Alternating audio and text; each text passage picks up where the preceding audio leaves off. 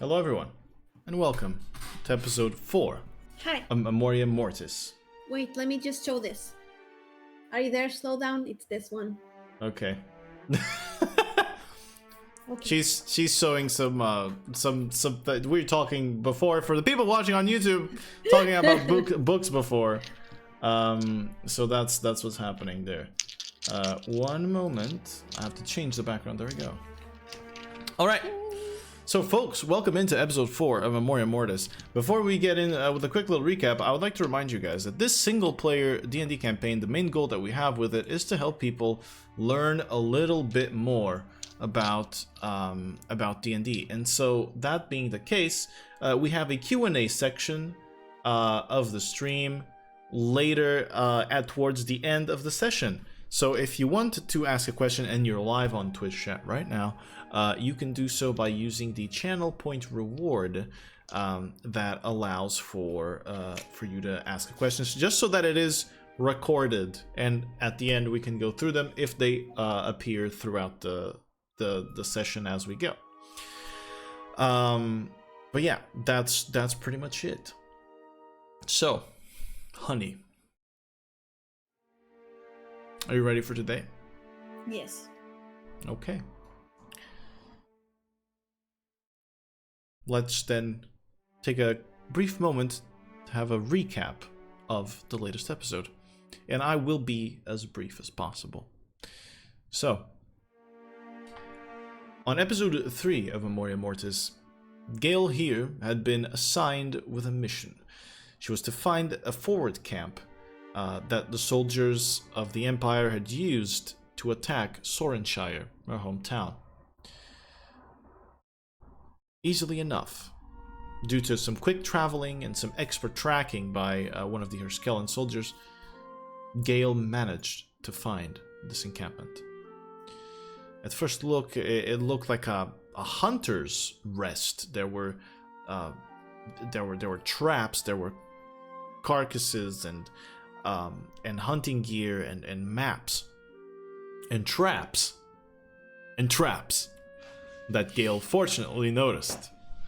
But then as she delved deeper to a cavern that was hidden behind some camouflaged tents, it just so happens that some of the soldiers, or at least the surviving ones of the attack, had taken rest there.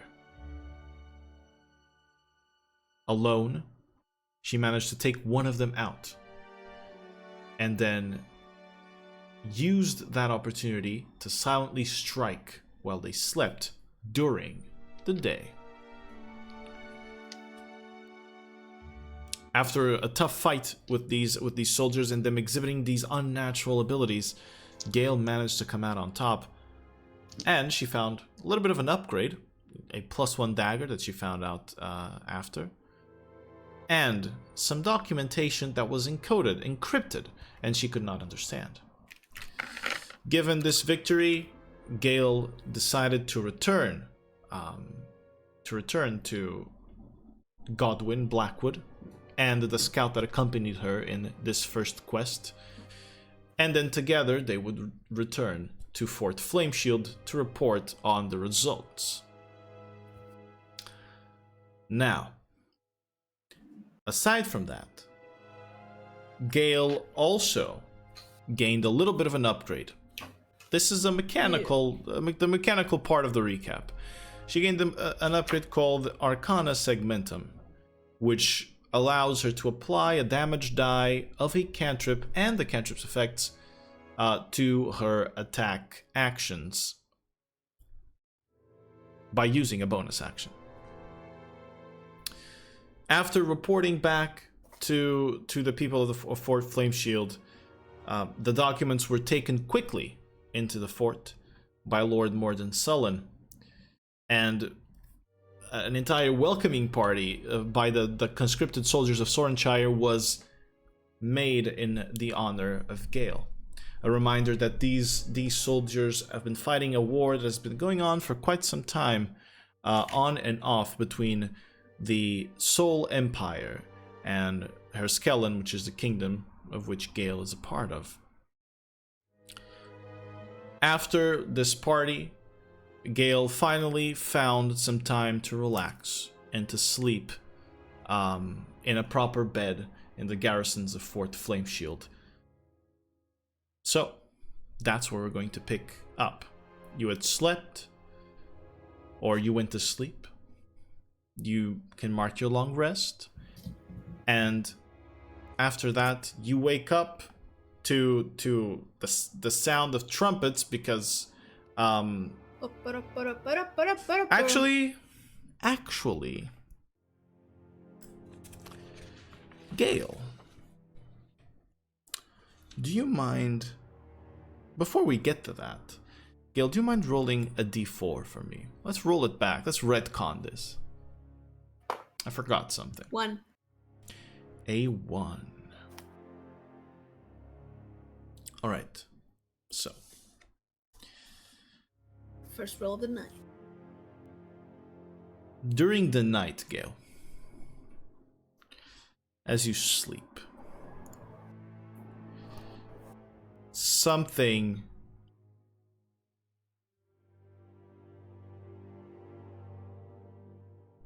strange and is tickling at the back of your consciousness, trying to pull you to wake up.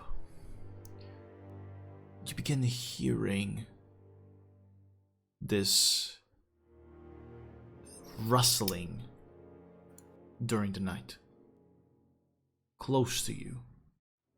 And as you give in to that feeling, you open your eyes and you see a hand reach down into your pouch, into your things. You look up, following the hand, and you see a soldier. His eyes are bloodshot, strangely googly almost, kind of popping out of the socket. There's dry saliva in the corners of his mouth. Then you hear the drawing of a blade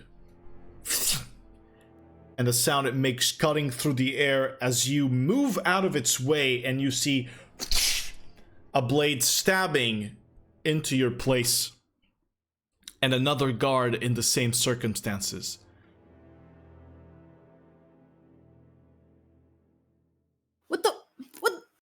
What are you doing?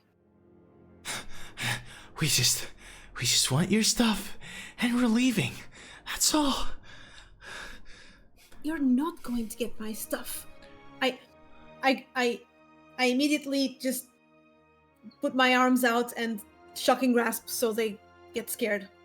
Do you want to shocking grasp one of them, or you shocking grasp the air? I'm going to shocking grasp the air just to Okay. make a stand. You shocking grasp the air, and as you do, the soldiers move back and they look scared. They like animals. And as you look around in the rest of the garrison, you notice that other guards' things are spread across the ground, as other guards are still there asleep in the middle of the garrison. And the one that sunk the blade into your bed goes, "Oh, no need for that. No need. We'll go. Drop everything you have, or I'll scream." Roll an intimidation check.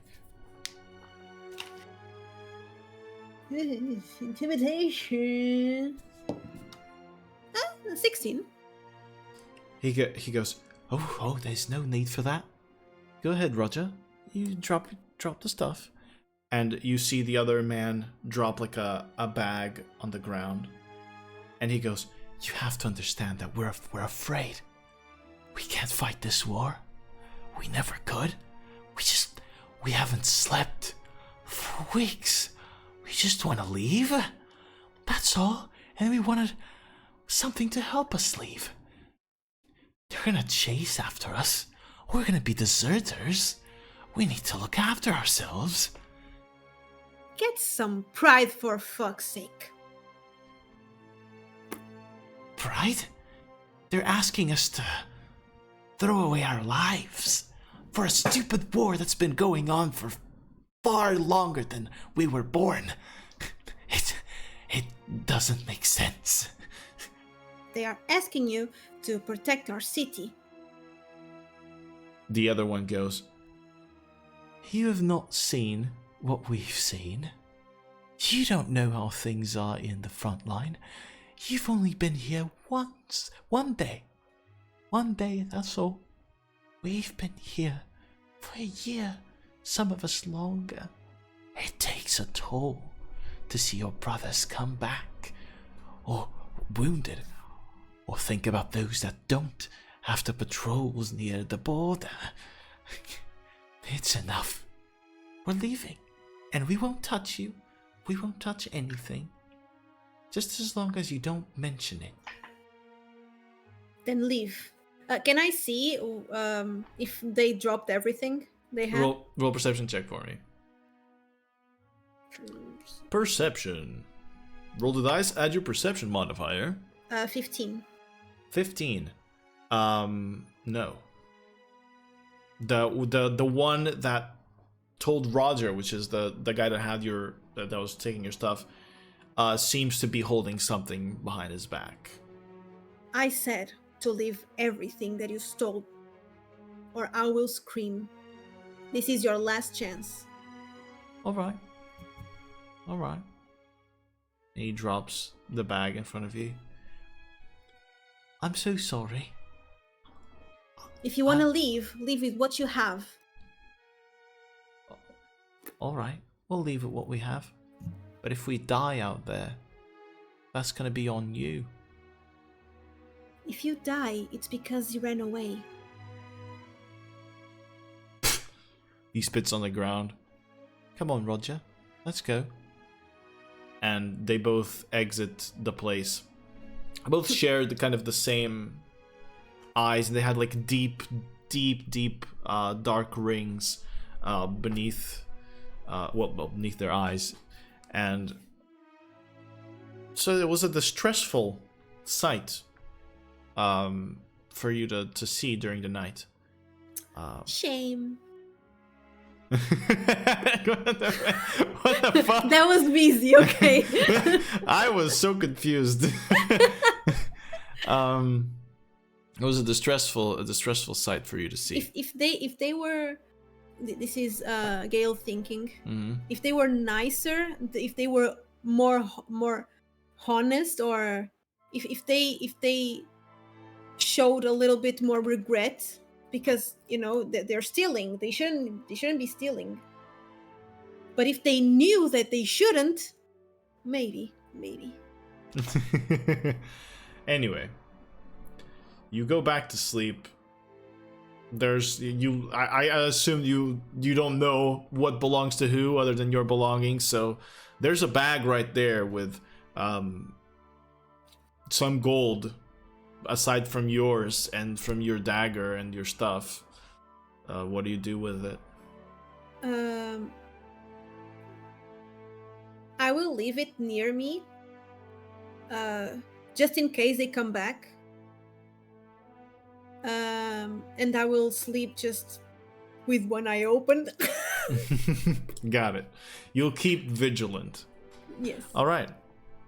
Nonetheless, morning comes. Situation averted. But the morning comes. Sun begins to shine inside the garrison. And all the guards start to wake up. I assume you wake up as well. Yeah, and I immediately say, for those who were sleeping here, there was 2 guards that ran away. I don't know their names. I don't remember their faces. It was in the middle of the night, but they tried to steal your stuff. I don't know what to whom this belongs, so. One of them approaches. Oh, well, thank you.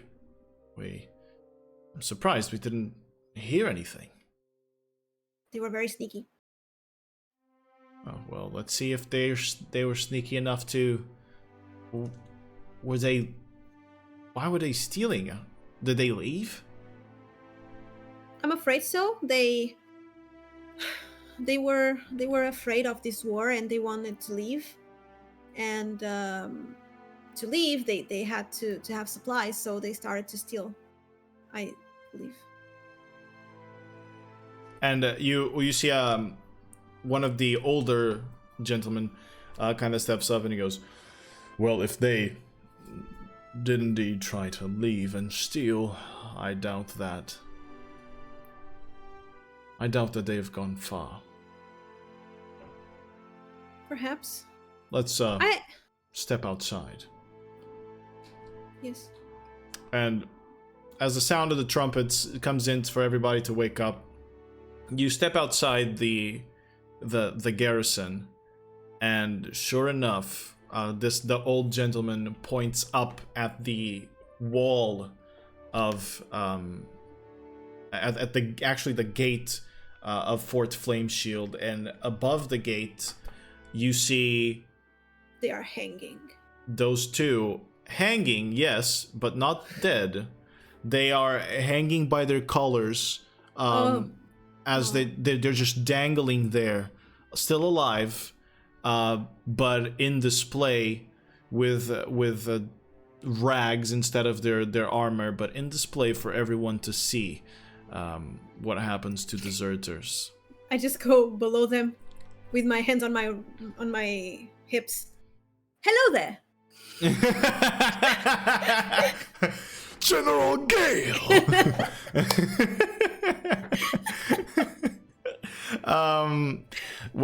They don't answer. They're both passed out. Aww. I could have seen that.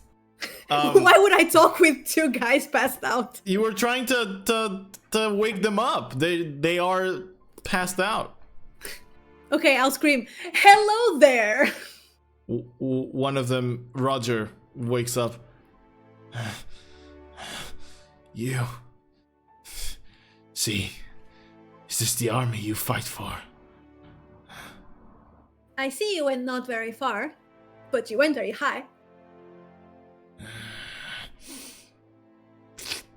He tries to spit at you. I dodge. I was waiting to see if you just stood there. You move out of the way, but he doesn't. I just say, "You're gross inside and out," and I go away. Waddle, waddle. You waddle away. Either way, a bunch of the guards or the soldiers gather around the both of them and start laughing and pointing, and shaming them in a way. As one of the captains gives out a speech, speaking precisely on deserting the army and on how dishonorable that is, because they are fighting for the people of Herskellen here. But just as you are wondering about, you see the familiar limp and the familiar face, or half of his face, of Morrdan Sullen, Lord Morrdan. Shit. I wanted to talk to you. He approaches you with his mask covering half his face, and he seems to have not slept. Also has dark rings, and he goes, "I'm afraid that I want to talk to you too. But you first, Miss Gael." I know I wanted to talk to him, but I don't know why. Wait. He stares intently. Right. I just wanted to know what have you found? The letter, everything. Tell me everything. Well, coincidentally, that is also why I am here to talk to you. I spent most of the night deciphering this encryption, but also working on things that might be useful. Firstly, it appears that my suspicions were correct. the main objective of the attack was to cut off one of the supply lines to Fort Flameshield. Hence the small group of soldiers that attacked the place. Another of the objectives was to assassinate Lord Jesus. I forgot his name. Lord Ivan, I remembered. To assassinate Lord Ivan. They seem to have succeeded in only one of the goals, which is good to us. But there was another letter, another He was message. assassinated? No, but your farms were burnt, Gael. You were there. Oh, right. Well, either way, there was some other concerning things. So it appears that these soldiers were originated, or well, at least they came from Wurmtooth Fortress, which just so happens to be the most well defended of the Soul Empire's fort line. This begs some consideration as to if they truly originate from the fortress or from beyond, deeper in the Empire. But whatever it is, it seems there might be more inside Wurmtooth Fortress. Or maybe, after not receiving communications from their forward encampment, they might have moved them out. Either way, I have spoke with Lord Ivan before coming here. Just now. And after knowing and understanding the goal of this attack, he has issued, or he has the idea of issuing, an attack order on Wurmtooth Fortress, meaning that all forces will move to Wurmtooth Fortress and attack it. Well, at least most of our forces here in Fort Flameshield. Now, this is dangerous and not advisable at all from a tactical point of view. Wurmtooth Fortress is built under a broken, or inside of a broken mesa. It has natural protection. The walls of the fort connect broken pieces of rock, and some of the structure is said to even be built into the rock. It has never been assaulted. No one has ever attempted it, and yet Lord Ivan wishes to do so now. Why? Most of our men are scared shitless. Well, he wants to send a message to the Empire, and I do agree that a message must be sent. I obviously advised against an all-out attack, and he asked for an alternative. I have an alternative, Miss Gael, but I fear that the alternative may require more from you. I was expecting that. I myself am not capable of any sort of combat, but I understand the ins and outs of what makes an army work. And although this is part of basic understanding, an army without its general is a snake with no head. They have tried to assassinate Lord Ivan.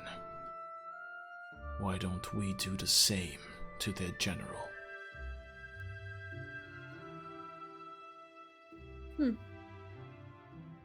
And you are suggesting that I infiltrate the fort and assassinate the general, I assume. Indeed.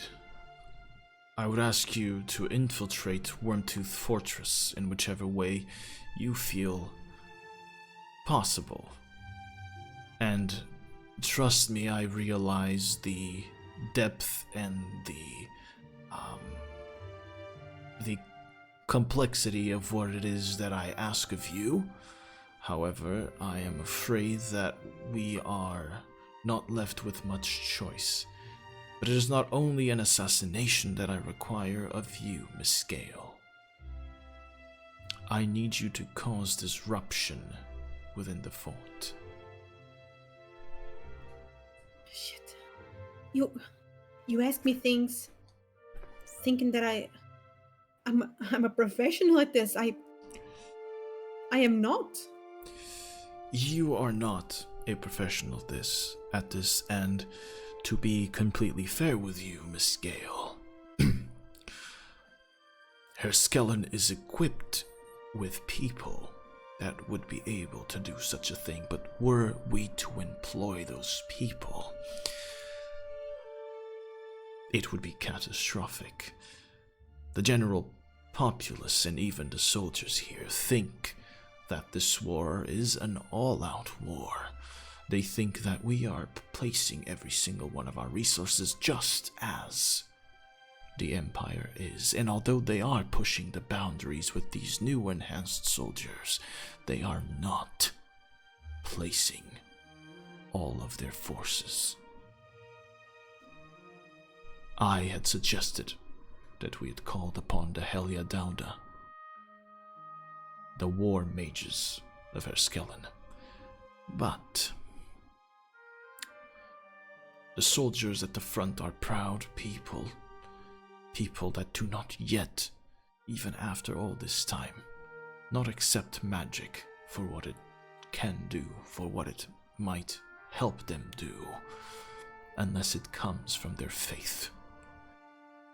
You must understand the soldiers at the front line are not the same soldiers that live in Heatherlake, in the capital, or not the soldiers that live in the innermost cities of our good kingdom. These are men from villages of the borders, villages and cities that have been destroyed over and over again during the Civil War and by the Soul Empire. These are hardened people, proud people.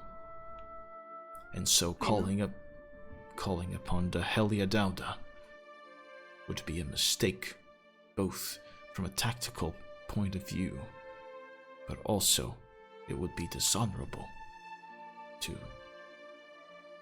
our soldiers here. And tell me, aren't you afraid that killing their general is going to bring more chaos? It may do so. But it's a gambling. At this moment, I am faced with a choice, Miss Gael. The choice is to do my best and employ good tactics and hope that our army is enough to breach Wurmtooth Fortress and pray that not a lot of men are lost. Or we win the fight before it even starts. Right now I am focused on saving the men of this fortress. And then maybe we will worry about the consequences, but I have also advised Lord Ivan to not keep the fortress. The idea is to break it down, to destroy it, and then leave and maintain the same border. We will not take any ground here. I understand. So, you will arrive there first if you leave today, as the army will get ready to soon. If you leave today, you will arrive there sooner. I will give you a map and point out where it is you must go. But you will arrive about half a day, maybe a day sooner. And hopefully you will arrive during the night, or you might have to wait for the night to come. You may study the fortress if that is what you wish to do, and you may even take someone with you to assist you if you wish to. But Your target is the general. I have no idea where he is. Located in the fortress, you will have to figure that out by yourself. But your disruption, that's going to be the important part. There will come a time where you probably are inside of the fortress, and our armies are attacking. If that is the case, I want you to be well armed to cause this disruption, whatever it is it may be. So, before Lord Ivan speaks to the soldiers, if you could accompany me, please, Gael. Yes. While we walk, Yeah. I'll just ask. And how were you able to read the letter? There are certain advantages to being born in the city and having an education, let's say. It took me a long time, but across many letters that we have intercepted, we managed to figure out a code. And once the encryption was discovered, the rest was easy. No, but in the daylight, the letter didn't show any letters. That is a common trick. Oh, okay. I need only to, well, expose it to moonlight, and then it will reveal its letters. Things that are only seen at night or in the dark are common amongst the Soul Empire. Here, although we have a variety of individuals in the innermost cities, here there are mostly humans. And us humans cannot see in the dark very well. So this has been their way of using it against us.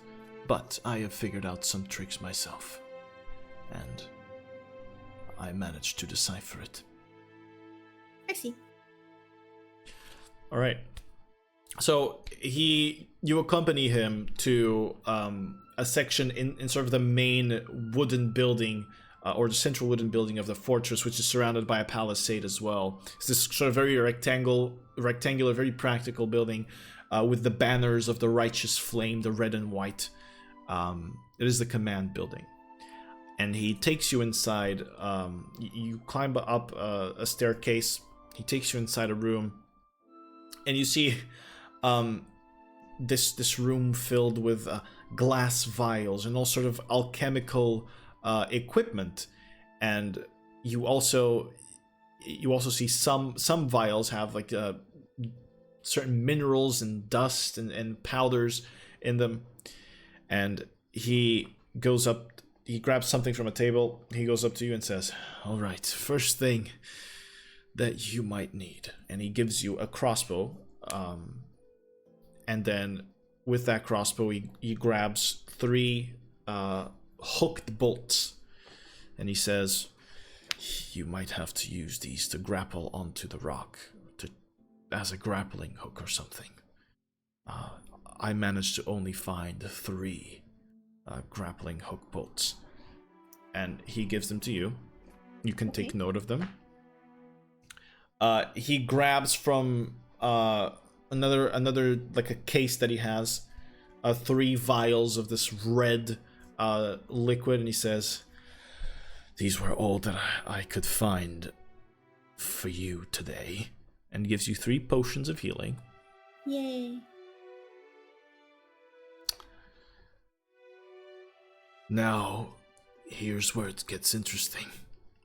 He pulls out a leather casing and takes out a scroll, and he shows it to you and teaches you kind of the words of the scroll and says, "If you read this scroll, it will cast magic, a spell that would allow you to fall slowly should you be falling down and, to your untimely death." And he gives you a scroll of Featherfall. Woohoo! that you can use. Then he grabs 2 other vials that have like this gray dust inside with these little white mineral bits.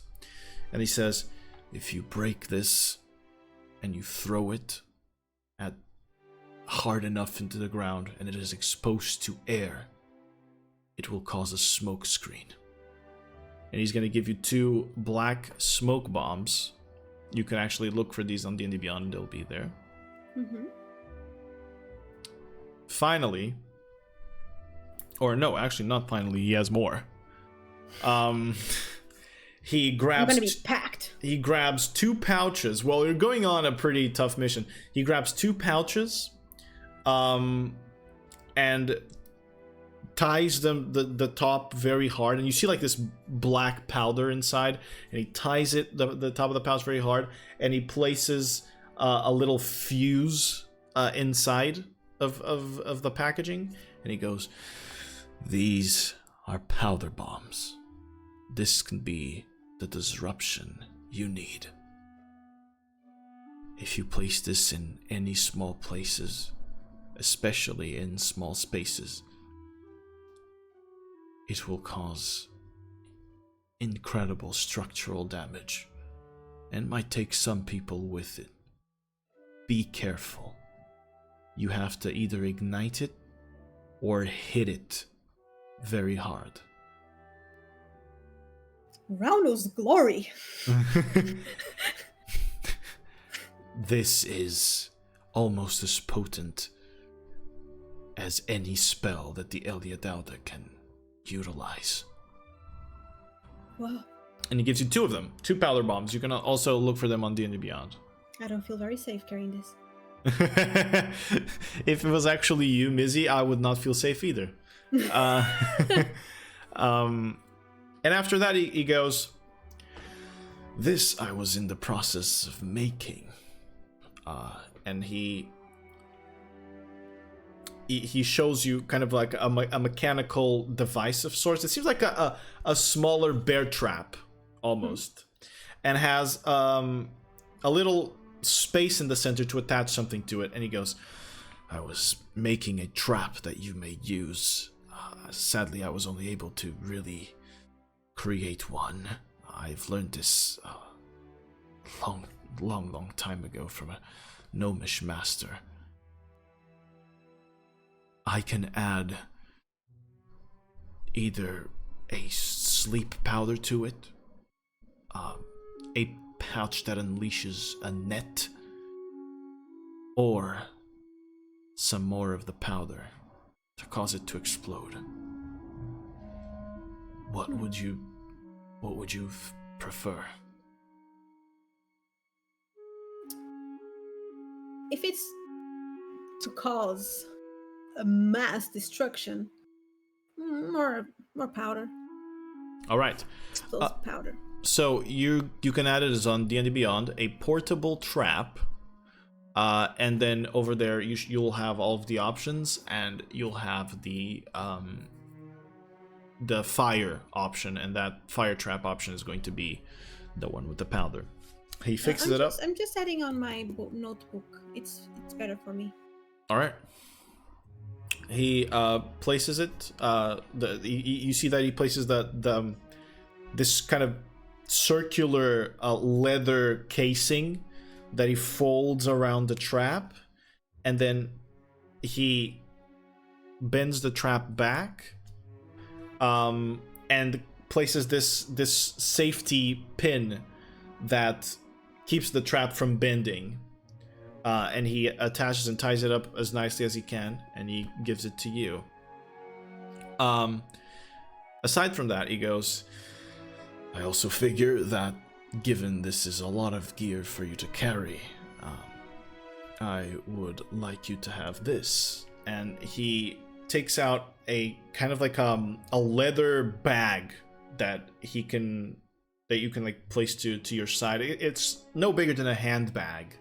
But it has some side pouches, and he's giving you a handy haversack, which is pretty much a smaller bag of holding. Yeah.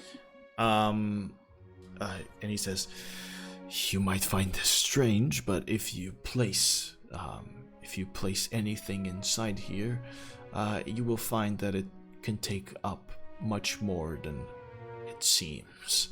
And he places he grabs his cane, and he places the cane inside of the sack, and it just is disappearing inside of it.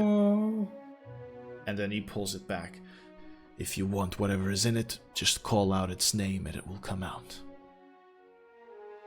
All right, and he gives it to you. This huge urge to stick my head inside it. I would not advise that, Miss Gael. I didn't say out loud. Oh, okay. I'm just thinking. But Yeah, I will fight it. He's looking at you. I'm just okay. All right. As you take all of that, he goes, "Now, Miss Gael, do you wish to go alone, or do you wish to take someone with you?"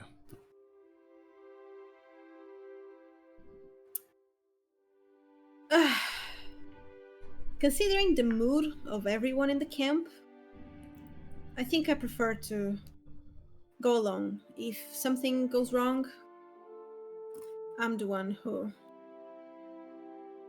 well, dies. That is incredibly brave of you, Miss Gael, and I respect your decision very much.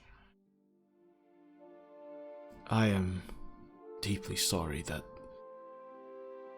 I am asking this of you, but I find myself having no choice.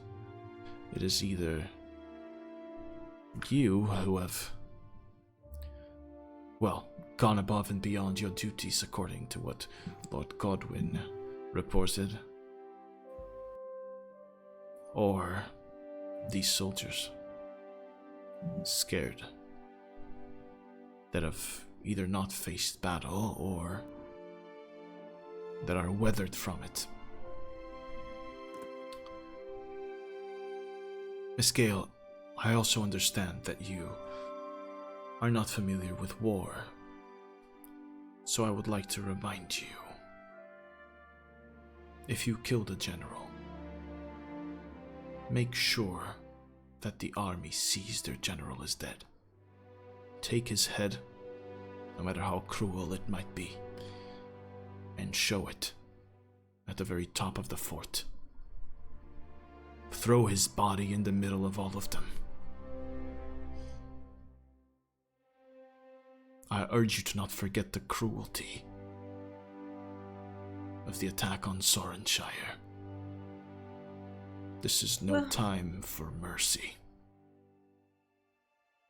It's the attack on Oranshire that gives me the strength to do,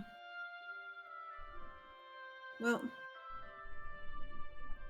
to do what I'm doing, I guess. I've never seen death before. And I have killed more than most of the soldiers that have been in war for years, probably. I don't know if I'm ready to do this, but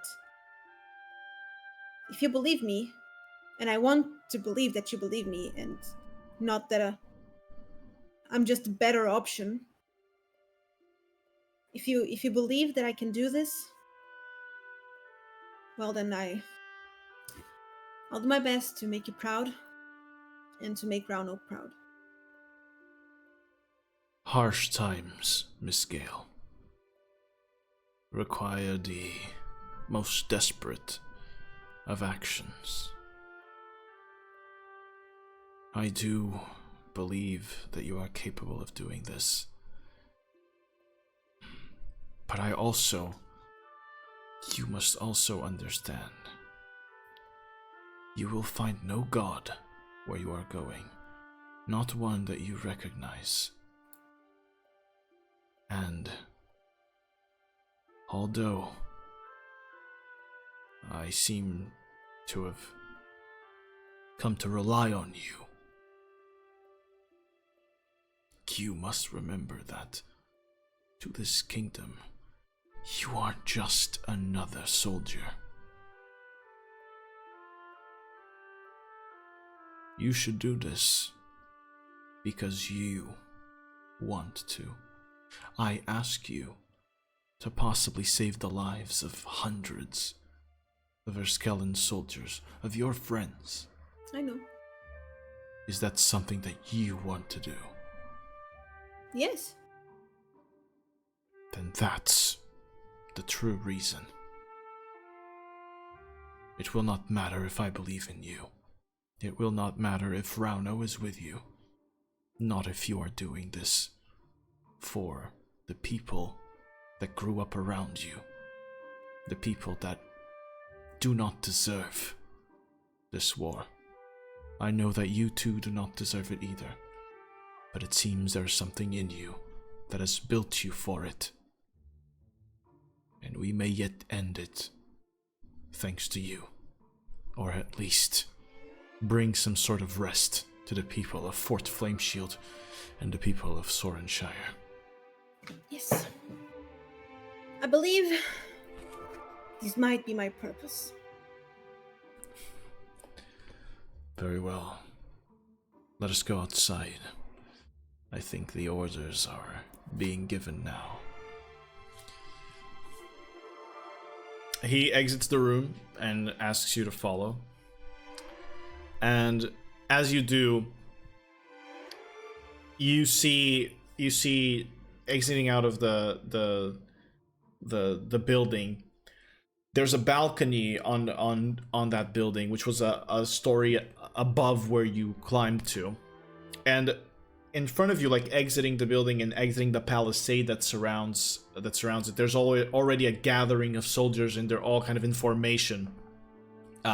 And there are hundreds of soldiers here in Fort Flameshield. It is quite a big space. There are at least, I mean, you're a farmer girl, you wouldn't know, but you deem that it's probably in the hundreds, but you don't know. It's a lot. Yeah, it's a lot of soldiers. There's just a wave of black and white, and spears and sword and plate shining and reflecting the sun. And as you look to the balcony behind you, you see Lord Ivan step out. He seems to be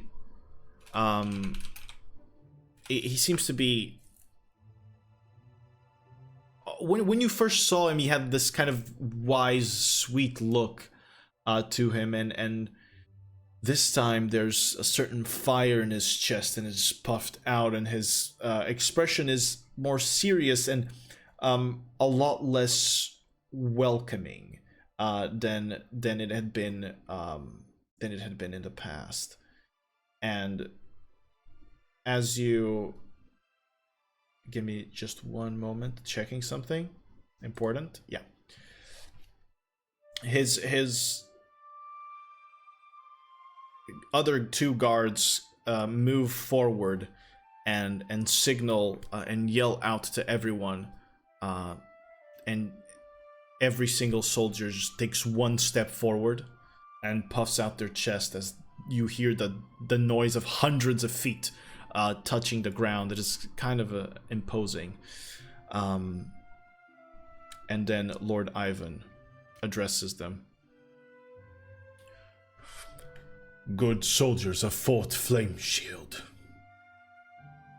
Today I have come here to ask more of you than perhaps you had expected. You have been tasked with the defense of our border. But now that task, in order for it to be performed, requires more. It requires an offense. Immediately at the mention of offense, a lot of the soldiers, you see their eyes go wide, and some go and recoil a little bit. He goes, "Fear not. This offense has been well planned by our Lord Morrdan Sullen and by me. My good soldiers, the attack on Sorenshire was not just meant to destroy our supply lines, although it did succeed in it. They planned on killing me as well. They failed by the slightest margin, but they failed. It would do well for our good kingdom and for our pride to fight back against this offense, against these dirty tactics, by moving in ourselves and fighting honorably. Lord Morrdan kind of holds you on, or holds you by the shoulder, and he goes, You speak nothing of your mission to anyone. Okay. Lord Ivan continues. My soldiers, your families, my family, your homes, they are all on the line. We stand here at the edge of our hope, at the edge of our time. And we will not falter. The Empire will be pushed back, and we will survive, and we will prevail, and the righteous flame of Ruh-Roh will burn bright in your chests, soldiers, as you plunge your spears, you slash your swords at the filth of the Empire and their debauchery and their scare tactics. And the entire company of soldiers rises and yells huzzah and stretches out their arms or sends their spears to the sky. To help, Yeah. I know the symbol of Ruh-Roh, right? Yes. I must know. Yes. With the minor illusion, I'm going to project the symbol of Ruh-Roh. Like, Jesus.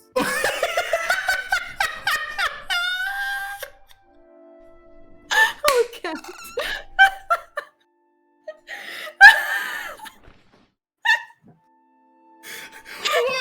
Why is he always so inconvenient? Just like- see him go. "Ooh." Oh, you are so cute. A little baby. Okay, I will project the symbol of Ruh-Roh. Is there a wall in front of them? There's a balcony. Yeah, he's on the balcony, so there's like a railing on the balcony, and it has banners with the righteous flame symbol there. So which is the shield with the sword and the flame in the center. And then I will project the symbol right in the middle of the banners in the air, Yeah. so they know it's magic. You know, if it was. On the All right. As you do that, the symbol materializes in radiant white light. This kind of almost whisper of a symbol. As the soldiers all see it, their spirits are enhanced. And with I'm gonna say, with this and with your speech, or with his speech, excuse me, but with this moment of divine blessing that they interpret as divine blessing. My God, he's so cute, but we can't see him in the camera. It's cut. Move him a little bit to the side. As he, oh, you little baby. Anyway, but as that happens, I'm gonna say that all soldiers here are going to get 1 temporary hit point. Nice. Off of your inspiring usage of minor illusion. He eventually dismisses the soldiers, and Morrdan goes to you. What happened now? I did like, and he got scared. He's such a little bitch. Such a pussy. Literally. Anyway, Morrdan goes to you and he says, I'm afraid your time to leave is now. Roger, Roger. And I And Roger, hanging on from the wall, goes, yes? I say, yeah. I take a deep breath. I put my cloak on, Yeah. and off I go. All right. A horse is waiting for you at the entrance of the gate, and the gate is opened, or this little small this little small gate, like a mini gate inside the big gate, Nice. opens so that you may pass, and it is closed behind you quickly, as you leave out on your journey with the map to find this place. All right. So, I'm going on an adventure. you're going on an adventure. So, give me just uno momento, por favor. Gael. The next journey is a journey of 2 days for Gael on horseback. And you will arrive, or a little over, but you will arrive at night at the place marked on the map. For the purpose of just brevity, we are going to say that your 2 days... Why are you smiling? What's happening? Thinking about his face when he woke up, and no one saw that. All right, Gael, the fate of hundreds of soldiers is in your hands right now. Okay. Focus. Yes, there you go. So, I'm going to say, for the sake of brevity, your 2 days go on... I'm sorry. Just ignore my face. I can't. You're so pretty. Anyway, your 2 days go by with no with no issue. Eventually, deep in the night, actually, the police comes. I'm sorry. There's sirens going. Deep in the night, you arrive at the marked spot on the map. You see a structure like no other you've witnessed before. From the outside, immediately off in a hill, this is in the desert, in a rocky hill of the desert, looking down, you see 5. Let me go here to the page. Yeah, you see 5 huge pillars of rock smoothed out by the wind of the desert, and they kind of curve, and there's a section in the middle of their body where they're thinner, and then they grow, or almost like an hourglass shaped rock, and you see 5 of them rising from the ground and uniting them, walls, kind of linking them together. So from where you stand right now, looking forward at this fortress, there is one large pillar of stone, and then another one further, like kind of to the right and back of that one, connected by this giant stone wall. You can see from where you are, behind that wall, kind of on the far side of the fortress, the other pillar of rock, one of the others, and 2 more, one of them connecting to the right of the first 2 pillars, and the other one to the other side. So it's, imagine like a squeezed pentagon shape. Okay. It's kind of a squeezed pentagon shape that is like stretched to the sides. You also see inside the fortress, just by looking at it, you can glean this.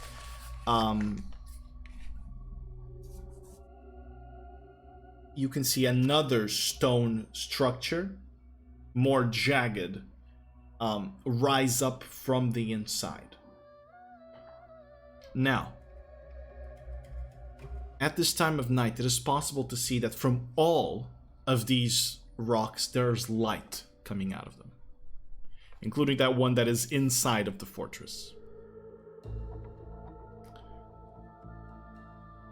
you also see, from a distance, that the walls are lined with ballistae.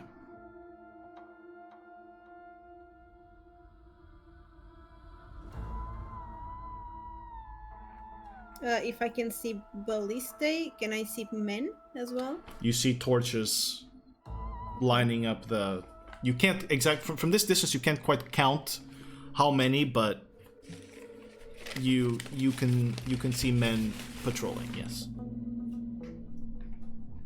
Okay, but I can see like they're on top of the walls, Yeah.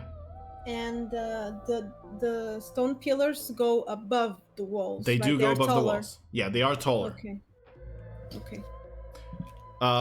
You can't quite see how or have like an exact measurement of how of how further up they go beyond the walls, but it's still quite a bit. Okay. Can I see if they can pass through the stone pillars to go to the other side, or are they just... This far away, I'm gonna say you're still like hundreds of feet away from the fort, like hundreds and hundreds and hundreds of feet away from the fort. This far away, you see like the torches moving, but you're not sure if they're moving past into the pillars. Okay.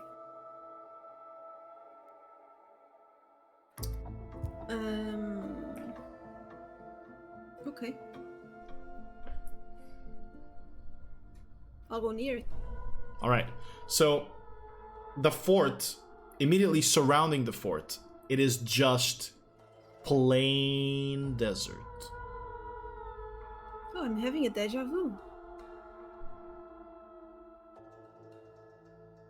What are you're gonna approach it just straight up? Do I see any tunnel? Roll a perception check. I just scared my cat again. Natural 1. No tunnel. I see shit. And I just... Can you see? You wrote on scratched yourself. myself. Yeah. You do not see any tunnel. No. I can't see any tunnel. So what the fuck am I supposed to do then?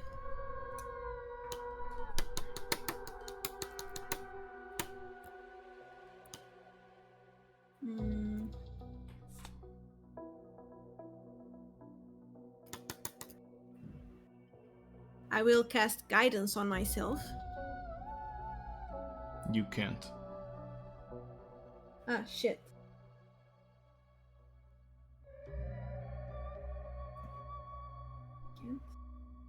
Or you can. You can. It's dormant divinity. Can! Right? You can cast guidance on yourself. Yes.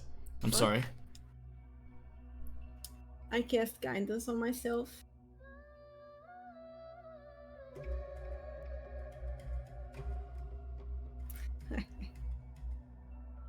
I'm hundreds and hundreds of miles away.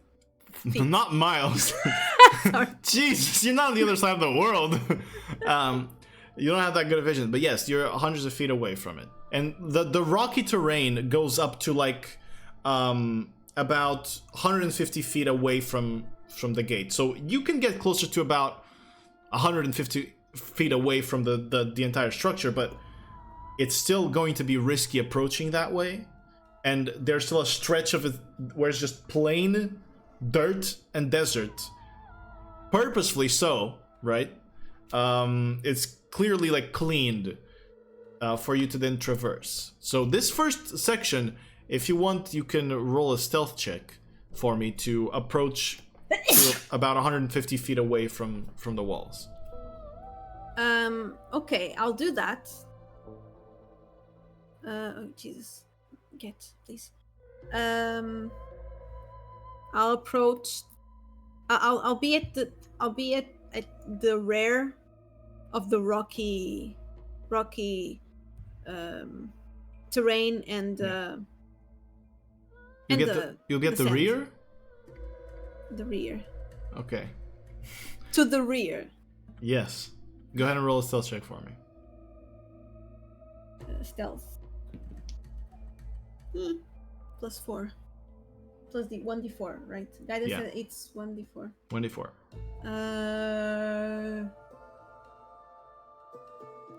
Oh, 16.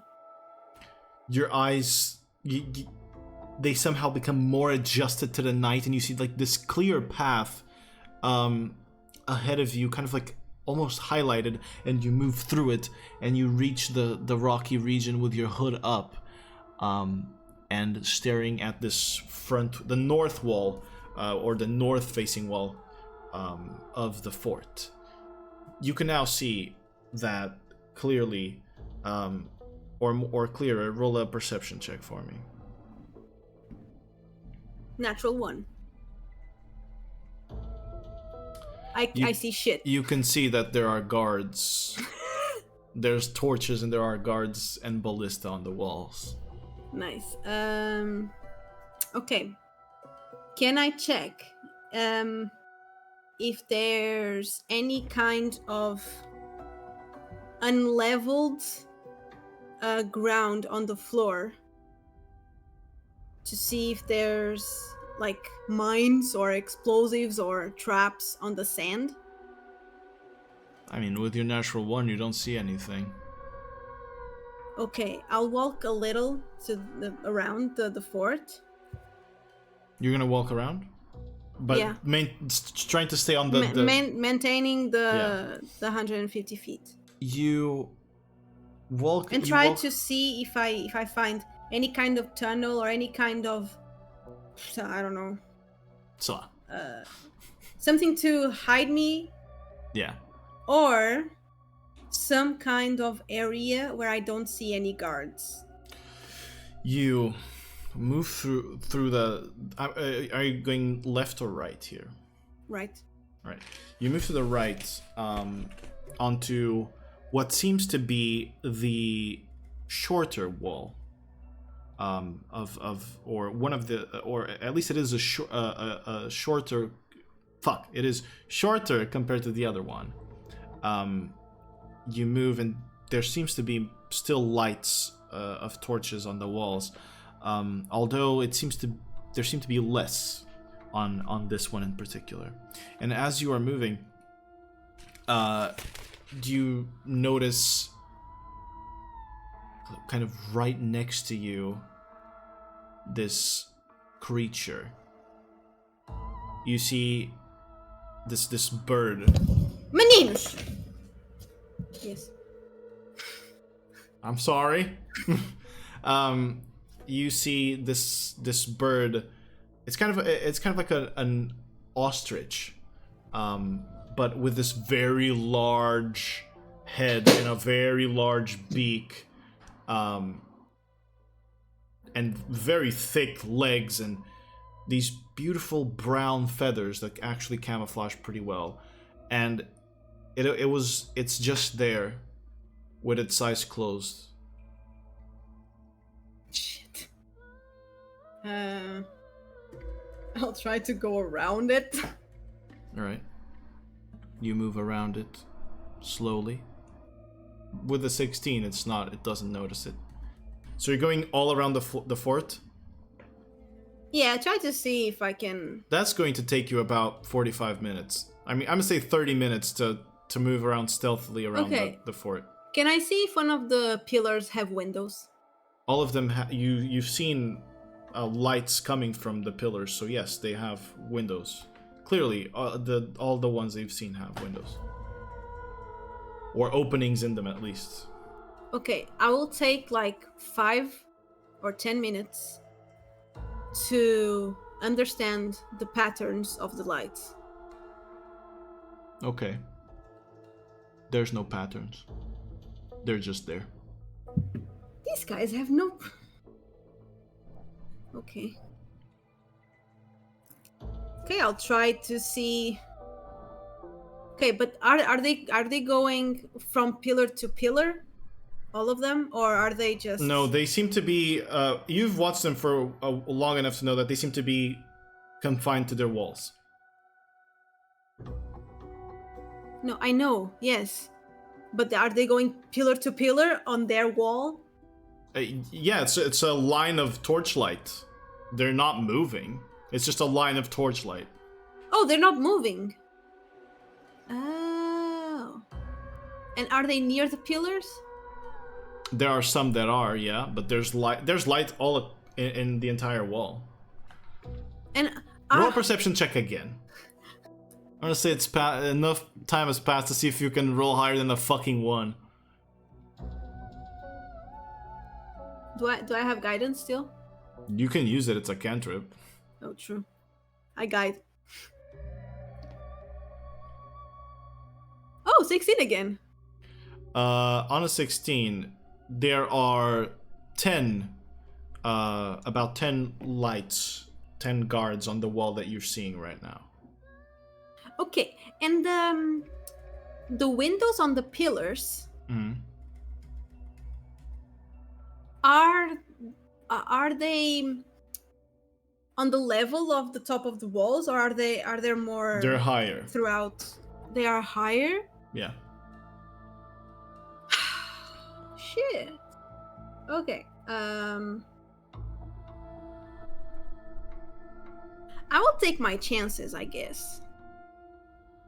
I'll be as stealthy as I can and try to approach. The walls are very high, right? And it's in the middle of the night. Yes, the walls are very high, and it is the middle of the night. That is correct. But the moon is shining. I mean, you can see them. They have torches. They do. But you can see the fort. There's a chance they could see you. I mean, they are there for a reason, right? Why do you think they'd be patrolling the wall? Just staring out there. They're just there because they can't, but they can't see. They just have a torch and are looking out the wall. Just, yeah, man, it's a beautiful night tonight.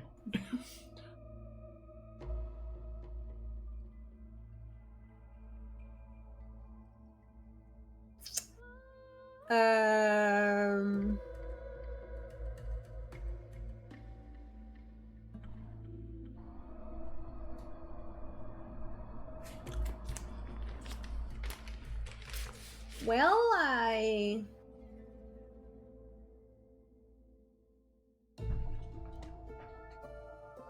really have no idea what to do then.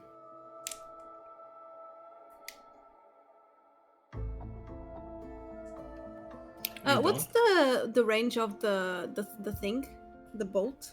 It's the range of a crossbow, of a light crossbow.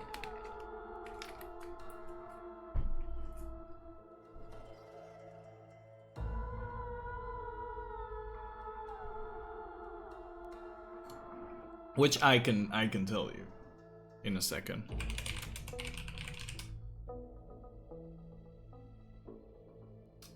It is 80 feet.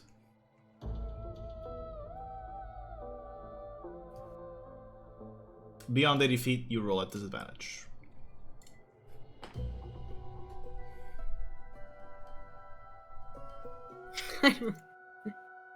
Okay. If I throw a powder bomb, how far can I throw it? You can throw it 60 feet. Okay.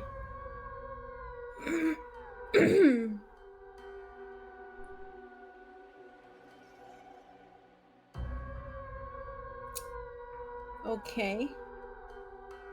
Okay, I know what to do. It's 80 feet, you said, right? The crossbolt. Yeah, yes.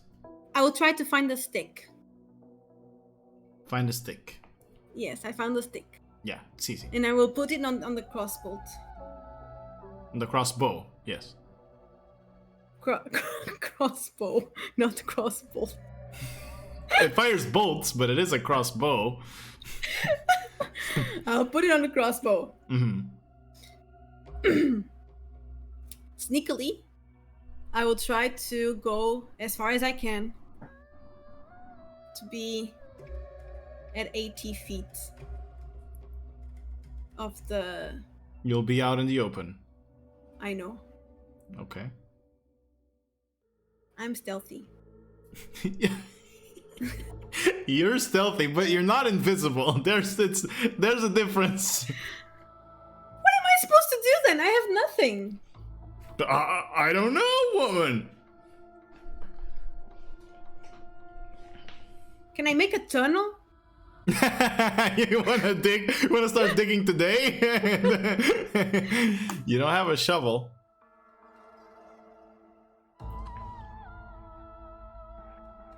Gael.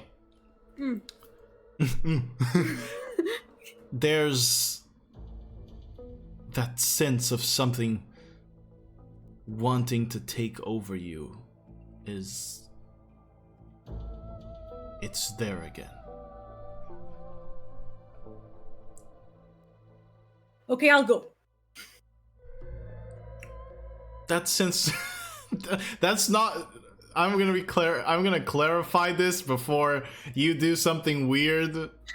But I'm gonna say, if you tell me go again, I will let you go, and whatever happens, happens, okay? But what I meant to say was the same feeling you felt when you wanted to look at the dagger. You're feeling that now. Right. Okay. I will open my eyes even wider, and I will try to touch myself. I will try to touch inside the feeling to see if I can reach more knowledge. All right.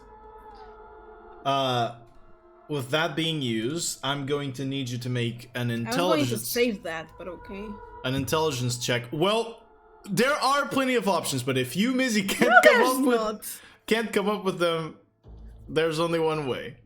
Go ahead and roll an intelligence check with No. with the soak. That was scary. With the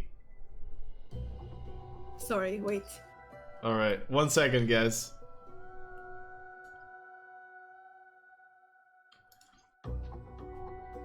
This is one of those moments where danger is high, and I'm doing my best as the dungeon master to assist. Okay. All right. I'm ready. Make an intelligence check with the stats from your ability. And you can also name your ability, you know. With the stats of my ability? Mm-hmm. Okay, so +2. It's the third natural one. Holy shit. So +2 is 3. Is it +2? If I get a 14 intelligence, so yeah, it's +2.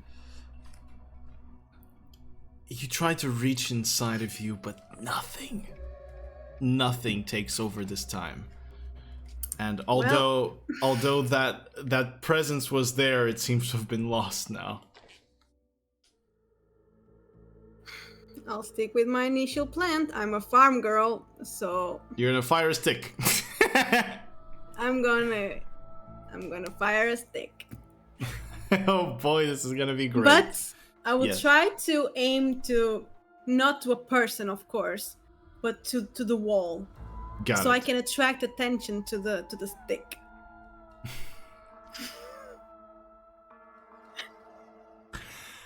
Okay. Damn, I'm gonna give you the check anyway. Okay. First, make a stealth check at disadvantage because you're out in the open. Let's see if you can somehow overcome their passive perception.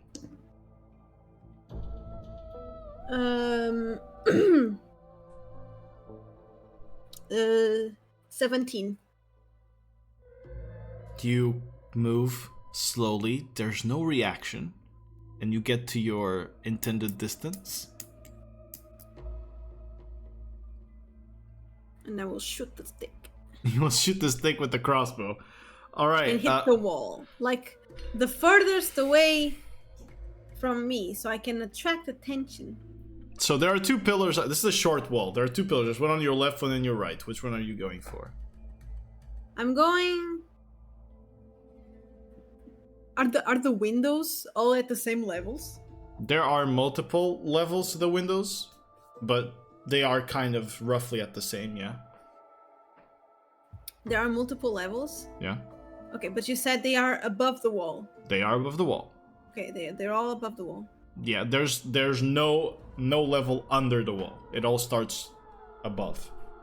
And the tallest one that I can see from both pillars, is it reachable from the bolt? Yeah, it is. Yeah, it would be reachable. Yeah. Okay.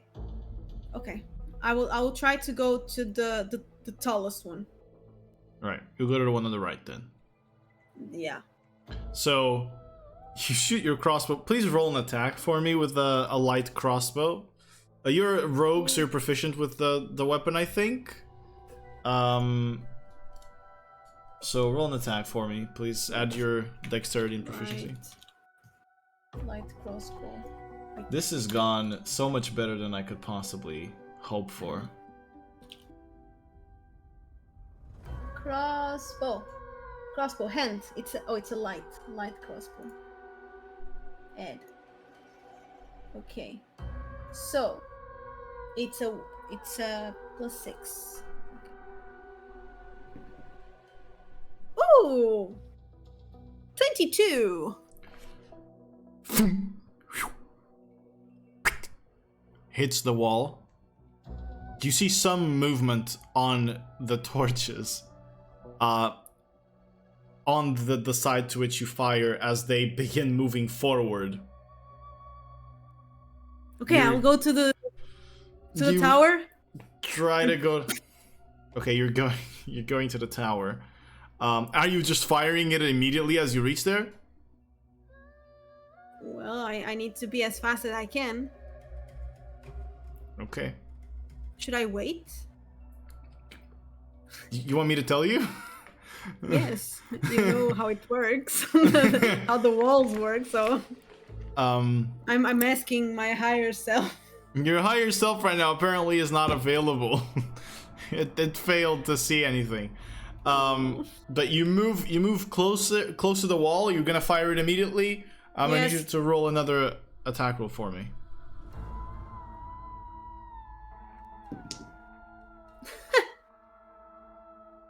Wait. 25. You fire off put on the bolt, charge it up, and fire the other one. The grappling hook bolt attached to a rope. And it hits. You were aiming at the highest window. Yeah. And it hits the highest window. You hear movement in the walls.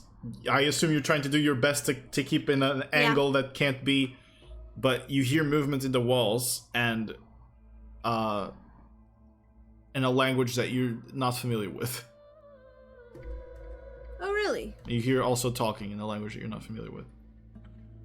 Okay, wait. Okay. I will cast Comprehend Languages. All right, as you're climbing. No, it's fine. They're just guards. I will just climb as stealthy as I can and keep an eye on the walls. And I'm going to try to look on one of the first window. Look inside to see if I see movement or anything. If they have light, I'll just continue. There's light on all of the windows. Oh. I told you. I can't, you have to listen to me. Okay. So, as you're climbing up, and there are 2 levels. As you reach the first level, you're reaching the first level, you hear steps, footsteps, armored steps, getting closer to the window. I'll slap on the wall. You're like a starfish. You're gonna let go of the rope and try to cling onto the wall? No, I'm still holding the rope. I'll just just be as slept as I can.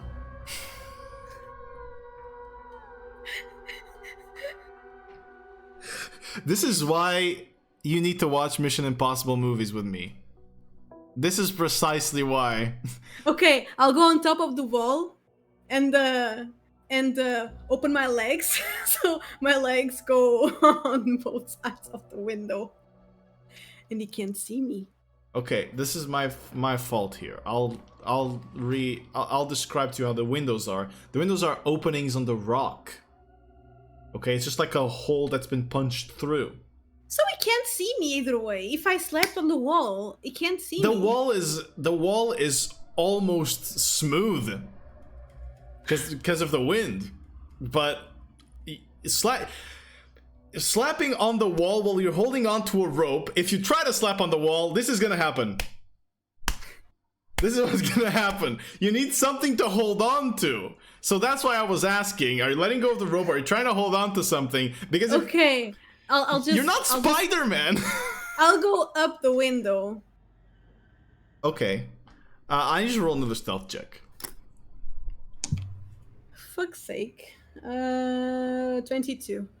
All right, you managed to get past this. Wait, I gotta switch back this. Managed to get past this predicament and pull the rope with you to the side on a 22, so that the guard doesn't suspect. But you do see, as you look down, you see kind of the edges of the guard's boots as they are peeking through the window. And you continue your climb onto the next one, and you hear the footsteps of guards again. Are they approaching? Yes. Okay. Okay, so the guy down, he picked the window. He was looking Yeah. out the window, right? Yeah. So these ones are going to do the same, so I'm just going up. Your grappling hook ends at this second window. Oh, it's only 2. Yeah. Ah, shit. Do I hear more than one? Roll perception check. More than one guy? 17. No. Okay, so quickly I go inside, Mm-hmm. and what do I see immediately? Immediately, as you go inside, there's a guard. Shit!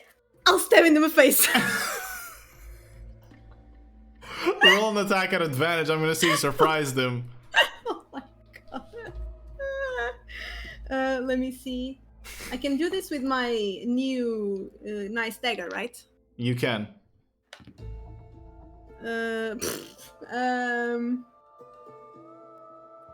Let me do the calculations. This better be 18 good. 18 plus 7. Yeah, that hits. Go ahead and roll your damage with sneak attack. Wait, sneak attack? My damage is 1d4. I know, yes, 1d4 plus 5. Nice. Oh! 9! Plus the sneak attack? No. The sneak attack. She forgot how to play Dungeons and Dragons! 14. Alright. So, sneak attack, for all of those who are wondering what it is, sneak attack is a rogue ability. Whenever they have advantage on an attack roll, or they surprise someone with an attack roll, which, well, gives you advantage when you're surprising someone, or whenever they hit someone who is engaged with an ally in combat, they get sneak attack, which allows them to add extra damage to their attack. This, however, means that rogues can only technically attack once per turn, unless, obviously, they're using 2 light weapons, like 2 daggers. If that's the case, they can use their bonus action to then attack with the other one, with 2 weapon fighting. But with the sneak attack, it drops to the ground. Okay. You then hear your rope being pulled, and you hear like the grappling hook scratching on the window. And you hear some speech that you don't understand again, but immediately where you are right now, you see this. There's some stairs that move down, and there are there are windows kind of, you know, that all across this kind of room inside of the rock, and there's weaponry stationed here, like on stands. There's weapon stands here, and there are ballista that are smaller and are on structures with wheels to allow them to, you know, be pushed into the watchtower holes. Okay. Do I don't know if you said this. Do I see any windows pointing to the inside the fort? I did indeed say that. Nice. So I have a window pointing to the other side. If I look down, yeah. it's tall, right? Fuck Do yeah. I see anyone? Yeah. You see, first of all, looking down, you see the guards on the walls. You see some guards sitting down by a bonfire. There are buildings, though. There's like a few buildings around here. One that looks like stables. At least in construction, it looks similar, but the architecture is different. You're not sure what these buildings are. Some of them are kind of just tents, but the fort is big in size. This is one of the largest forts that the Empire has here. So you can at least see two. Well, if you jump down, you can only really hit one building, but there are people.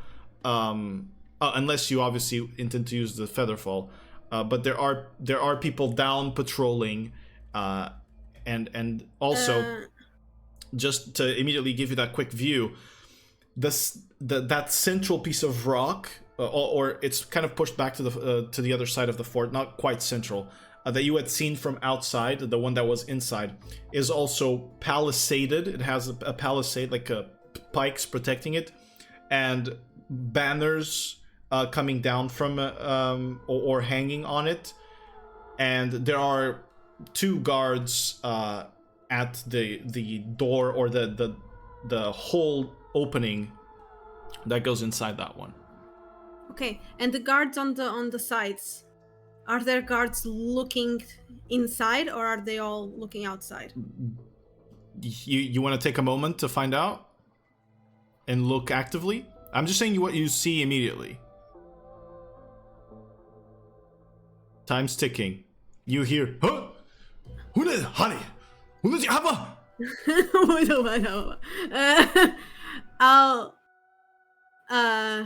I'll take a moment to look.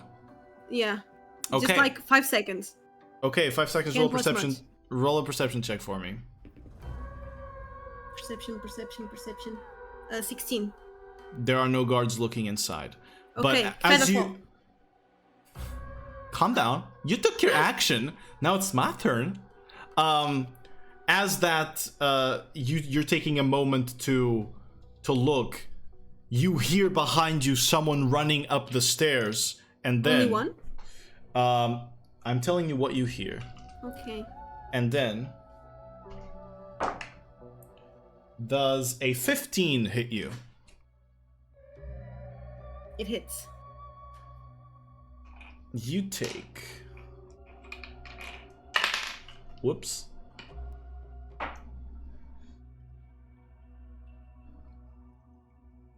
$10 points of piercing damage as the spear is slashed underneath your, like, on your lower back.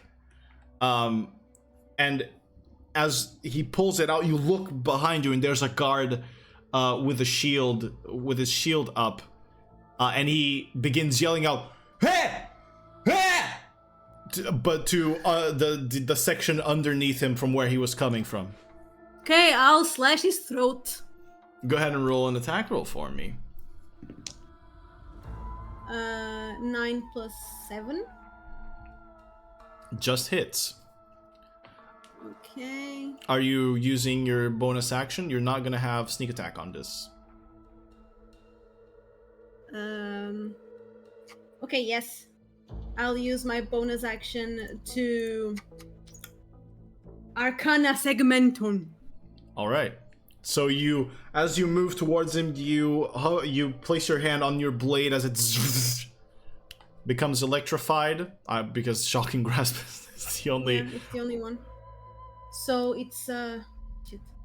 It's 1d4 plus 5. I'm gonna tell you, these guards have 10 hit points. Okay. So 5,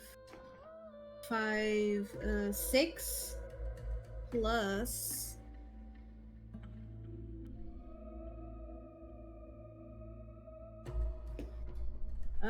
6, 8. You try to stab him, but he deflects the blow a little bit with his shield, and you stab him in the shoulder. He can't take reactions though, as he is shocked, but he is still alive. And you hear now more steps coming from behind him. I'll have to kill them all. That's so unfair. They know I'm here. What the fuck? What do I do? Can I do anything else? He's not gonna take a reaction. I'm just asking if you're gonna move at all, or if you're staying there and you're gonna try to fight these two off. No, they're going to call for more.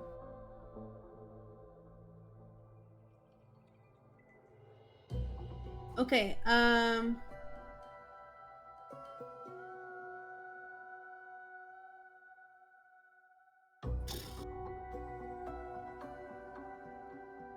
I can't do that.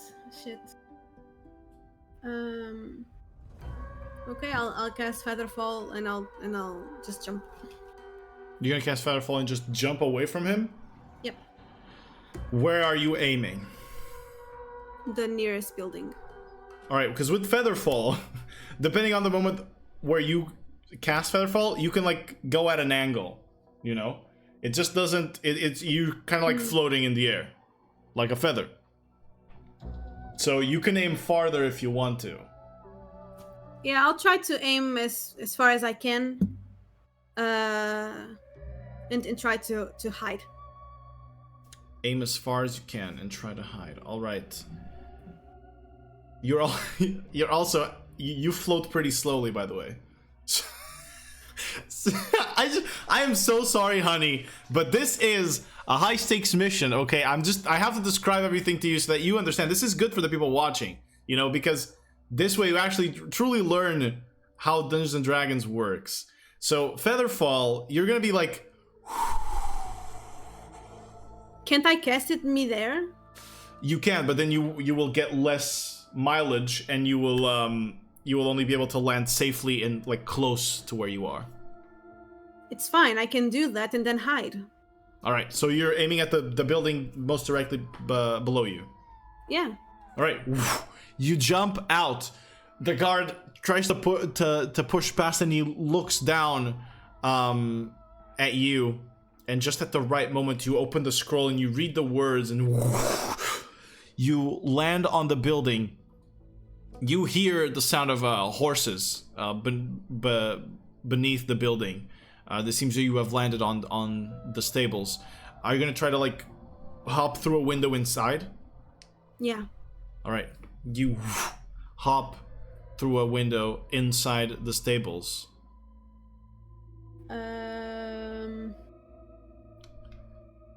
It's at this point that you begin hearing more commotion and screaming out from the tower.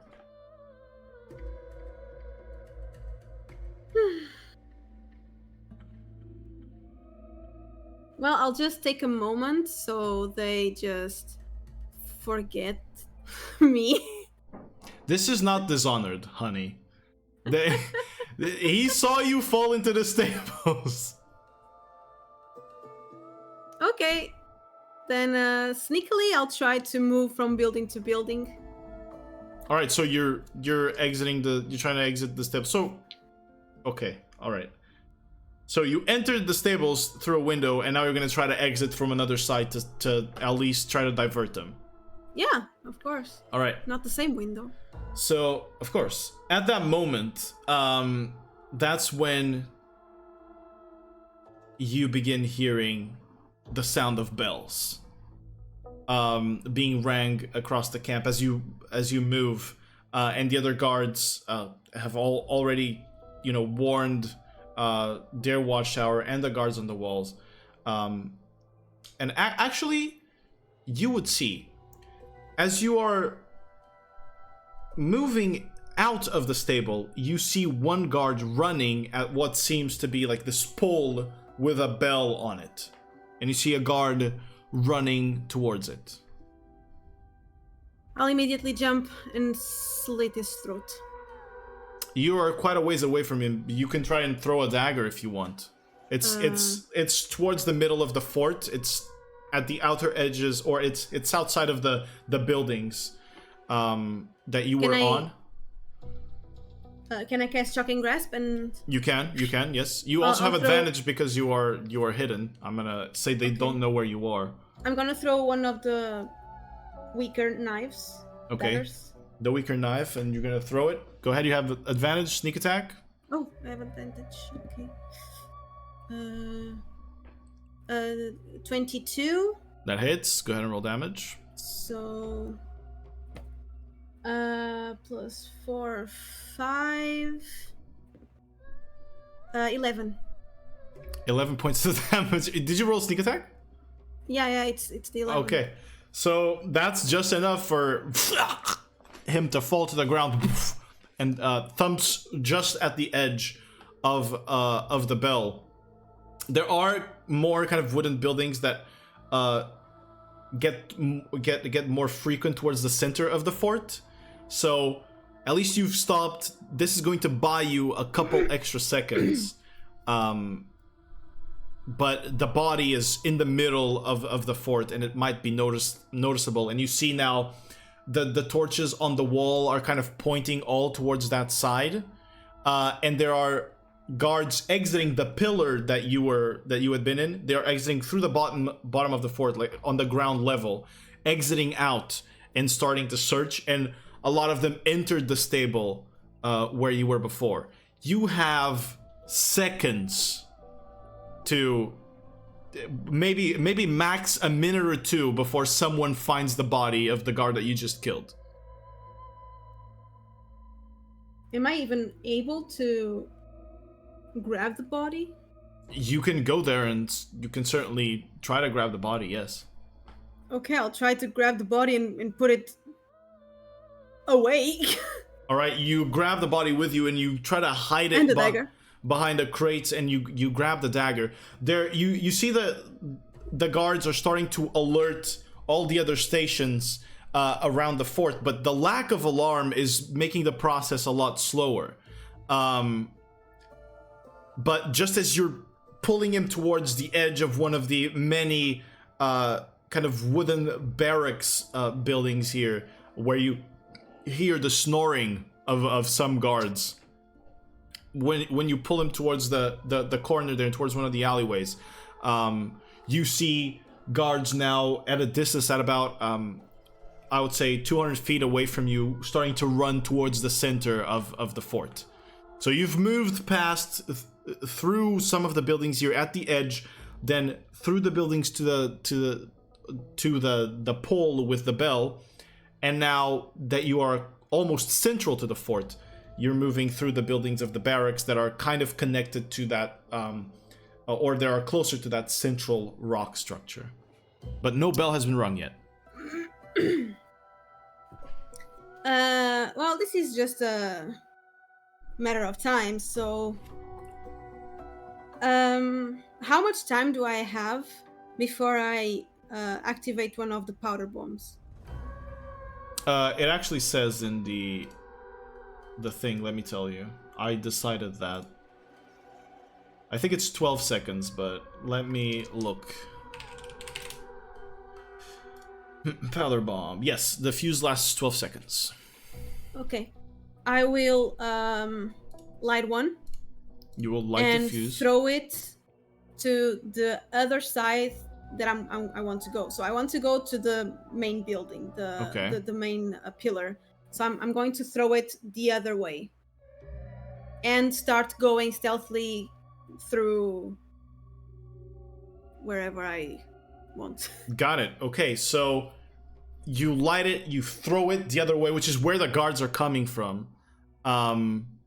And you're going to start moving stealthily towards the central building. Yeah. So you throw it and you run, and at this point,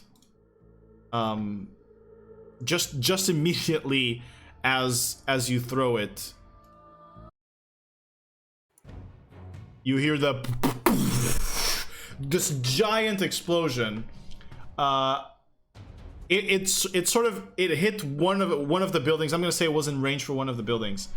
But I'm gonna need you to roll 4d6 fire damage and 3d4 bludgeoning damage, please. Okay, 4d6. 4d6 first, yes. I need to move this. Oh, d6. Shit. Sorry.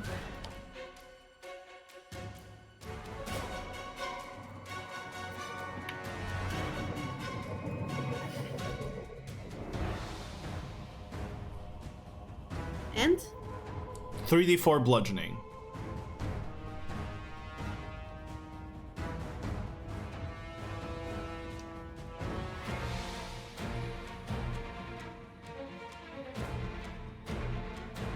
seven plus 5. 4d6 was 7? Yep. 1, 2, 1, 3. Holy shit. I'm rolling like shit today. I don't know. It sucks. But this explosion happens. And immediately as that does, you are at the edge, at the cusp of the palisade, and you see guards coming out of the central building and starting to move outside. And as you reach that, you also begin hearing the bell as if an attack is going on. And the guards are now on alert. But there are guards exiting this structure that you're trying to enter. What do you do?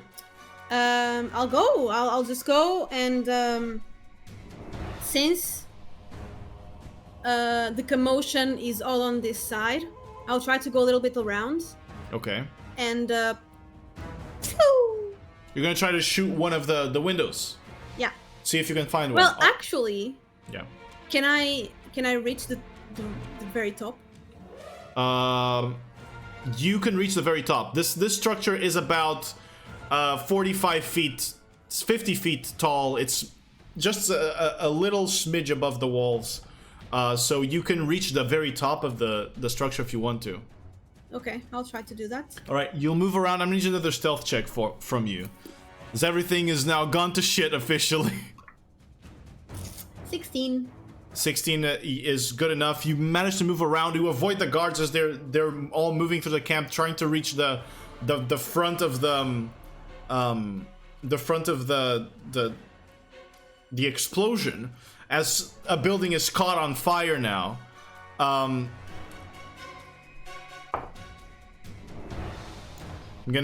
I rolled for something, and it was a 3. I'm gonna take a photo of it, and I'll tell you what this 3 means, just to make sure that nobody accuses me of scamming and of being too benevolent, although I am. No, you're not. Why are you so mad at me? But anyway, I'll tell you what this roll is at the end. You fire off the grappling hook. It hits, you tug on it, it seems safe, and you begin climbing it. I'll see every window that I can check. All right. To see if I see the general, or Okay, so any kind of room, fancy room that he might live in. Okay, so you go through to the second floor window, and you see guards. You hear a commotion of guards and them grabbing weapons from what seems to be an armory, and they head down. Then you move to the third one, and you see some other guards putting on this like more ornamented weapon armor on them that has these patterns of the sun, and it's golden in certain sections, but their cloak is still red, and they're moving out as well. And then finally, you notice there's no window from the side where you're climbing, because you're climbing from behind. right? There is no window on this empty space between that third floor and the very top. What do you do?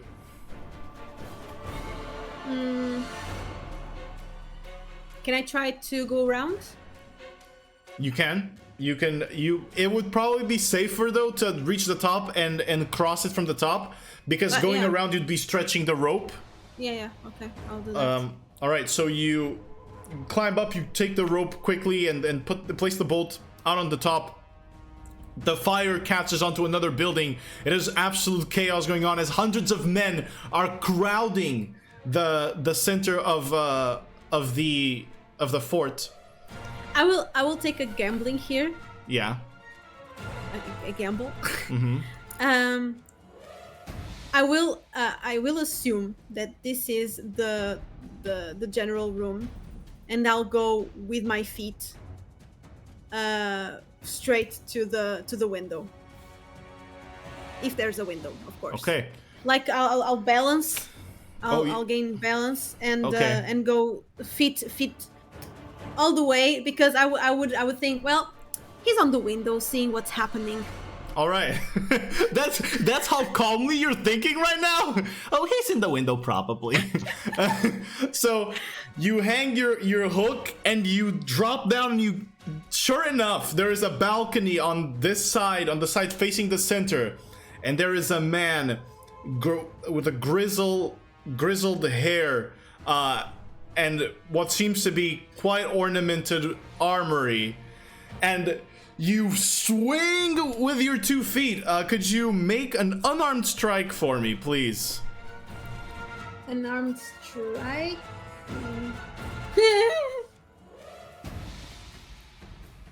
Dirty 20. That hits. Go ahead and roll. Well, you don't need to roll damage, actually. It's 1. You, with one kick, my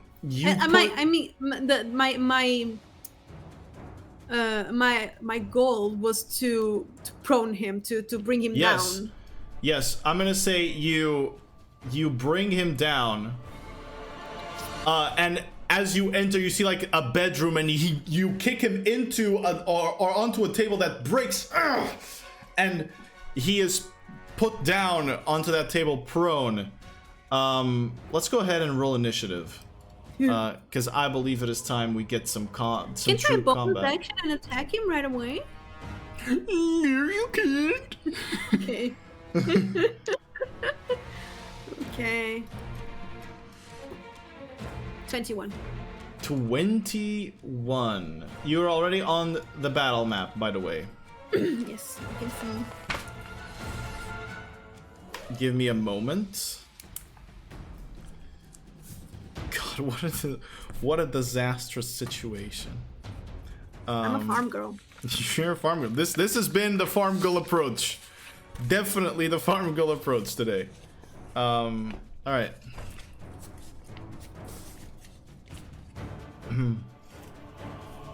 So now it's his. You go first. Yay! So he's on the floor, right? He is on the floor, prone. I immediately go to him. And you sneeze? At And advantage? I sneeze on his face. And I say, war is war. And I try to slash him. Alright, go ahead and roll an attack for me. At advantage, because he's prone.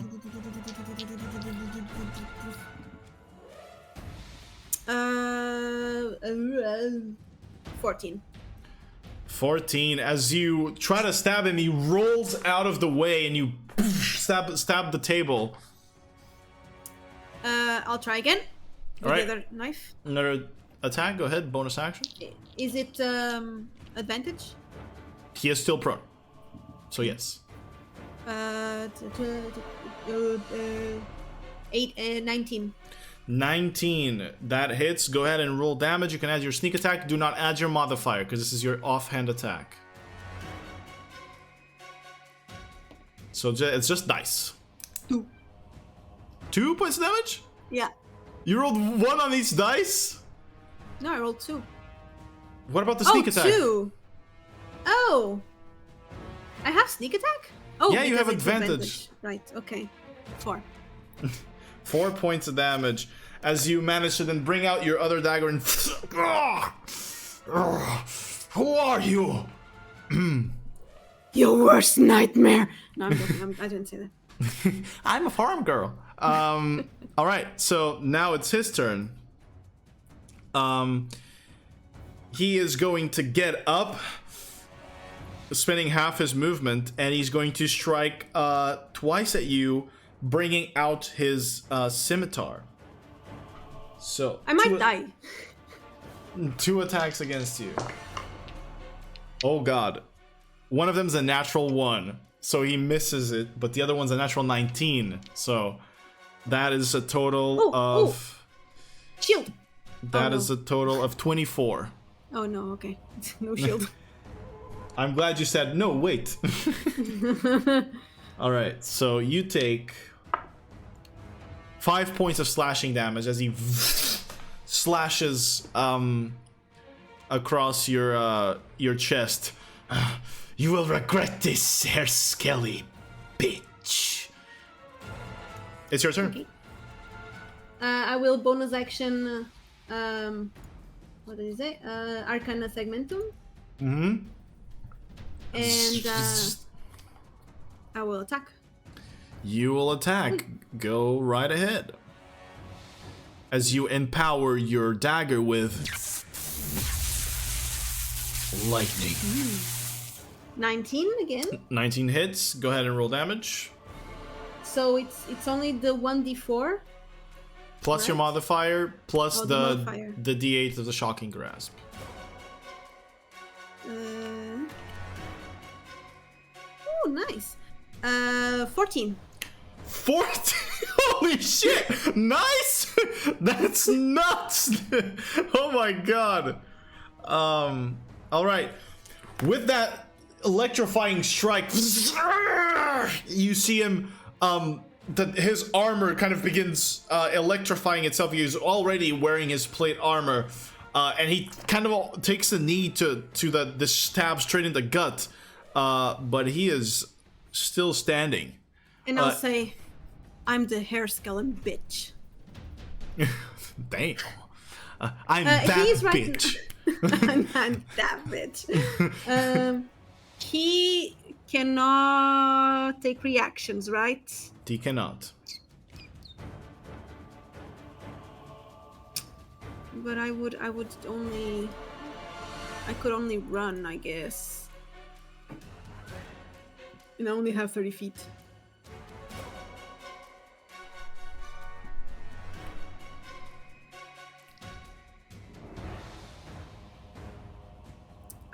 I don't think I can. You're just gonna stay locked in the 1v1? Well, yeah. Alright. Can't do much.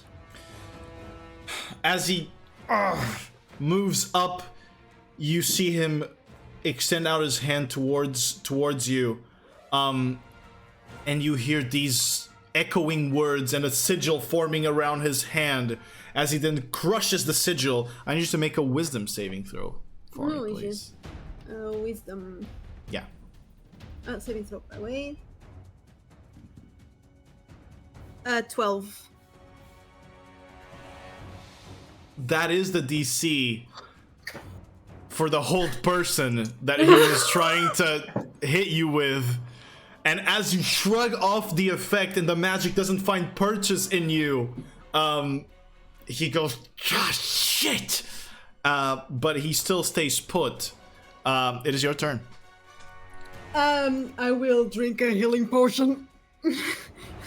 Bonus action, drink up the healing potion. It's a 1d4 plus 4, right?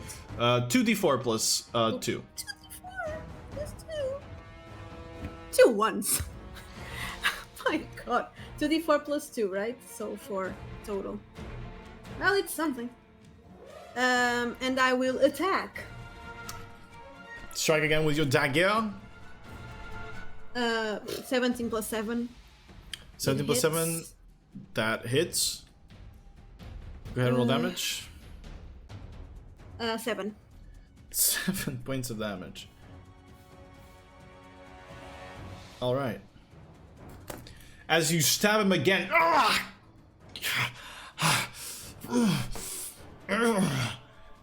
Do you do anything else with your turn?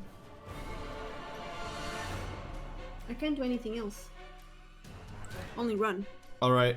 Oh, So wait! Yeah? I'll run to the door. There's a door, right? There's right behind you. Oh, a door. Yes, there's a door. I would say I didn't exactly place it here, but let's say the door is on this side here. Oh, but he can take reactions now. He cannot take he can take reactions. He can. Okay, I'll just say where I am, just eyeing the door and be ready if he tries to run. Okay.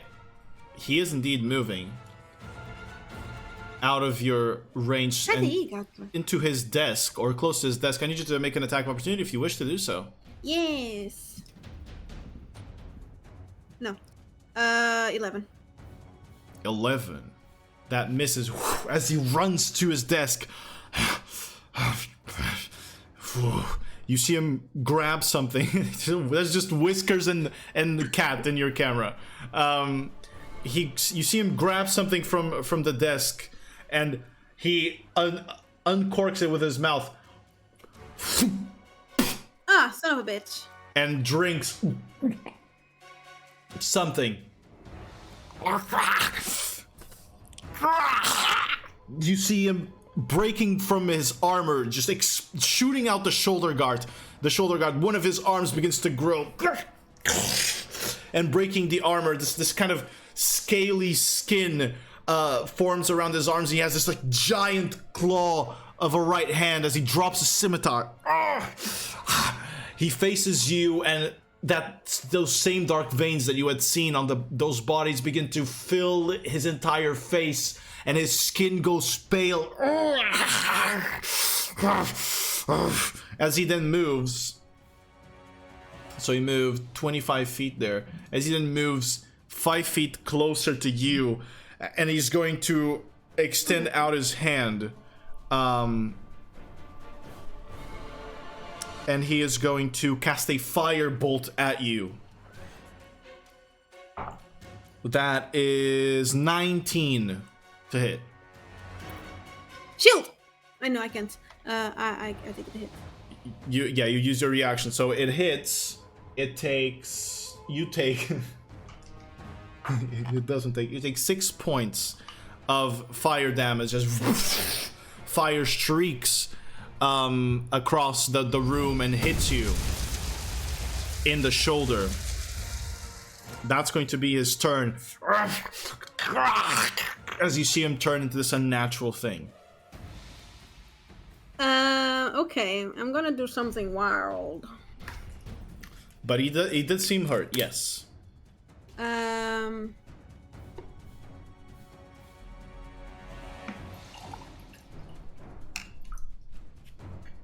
He seems hurt.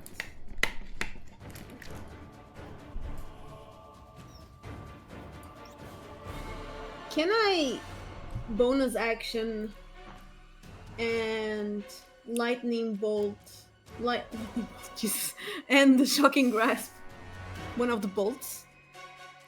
You can.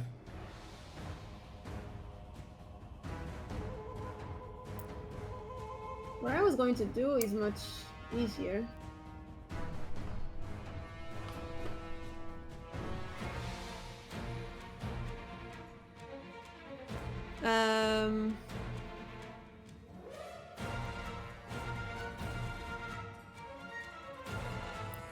Because if I fail, I die.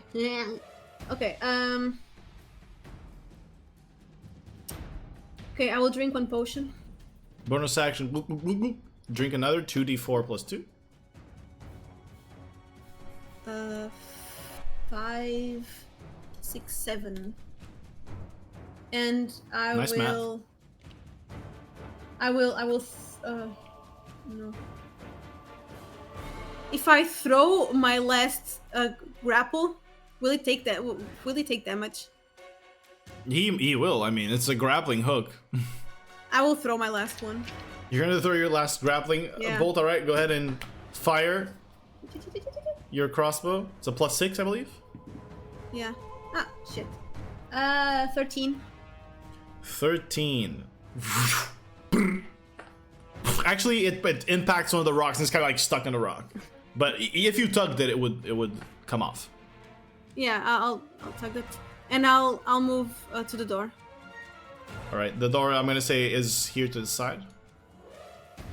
And I'll be ready with my knife at hand. All right. So it is his turn. You see this. He's struggling to sort of contain this strength, and as he moves, he even uses his hand kind of like as a third leg, moving into here, or into you. 20 feet. And He's like Margit. He is going to use kind of a worse looking. Margit looked kind of cool. And he's going to use his uncontrollable flailing. You see him begin to just move his arm, his clawed arm, around, trying to hit you. But his attacks are at disadvantage when he does it. But he does get to make 3 of them.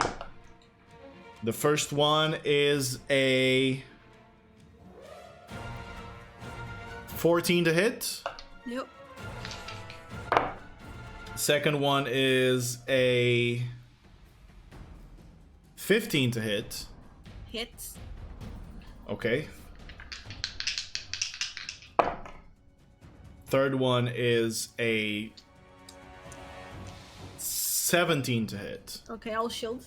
You'll shield this last one? Yeah. All right. I mean, I shield the first one that attacked me, so the other one doesn't hit as well. You did not call shield unless until this last one. Oh, okay. I thought I could shield, like, just see if the other one would hit, and I will shield. Sure, I'll allow it. Yay. I'll be nice. For once. I have only been nice. Nope. Yes, I have. You've only been rolling like shit, but I've been really nice today. All right, so as he smashes into your shield, you block this attack, but it cracks it open almost at the edges. As he misses all the attacks, he goes. You see his teeth begin to grow, and at the end of his turn.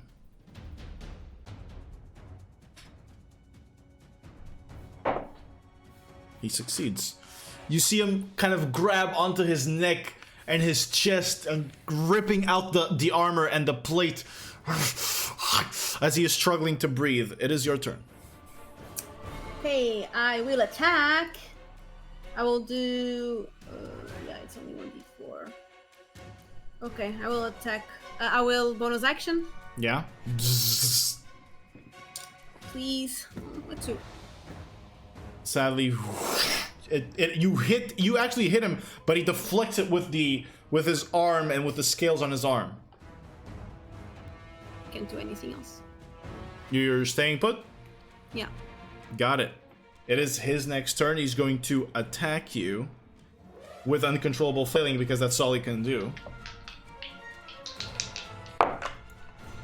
That is a natural 20 and a 5. So it misses. That's an 8 and a 3, so the second one misses as well. Meow. That's a 18. Hits. So the last one hits. As he flails around, you manage to dodge through, and he's going to hit you with 1. And I rolled shit on the dice. You take 4 points of slashing damage as he slashes at you with his claw, ripping your armor and exposing flesh.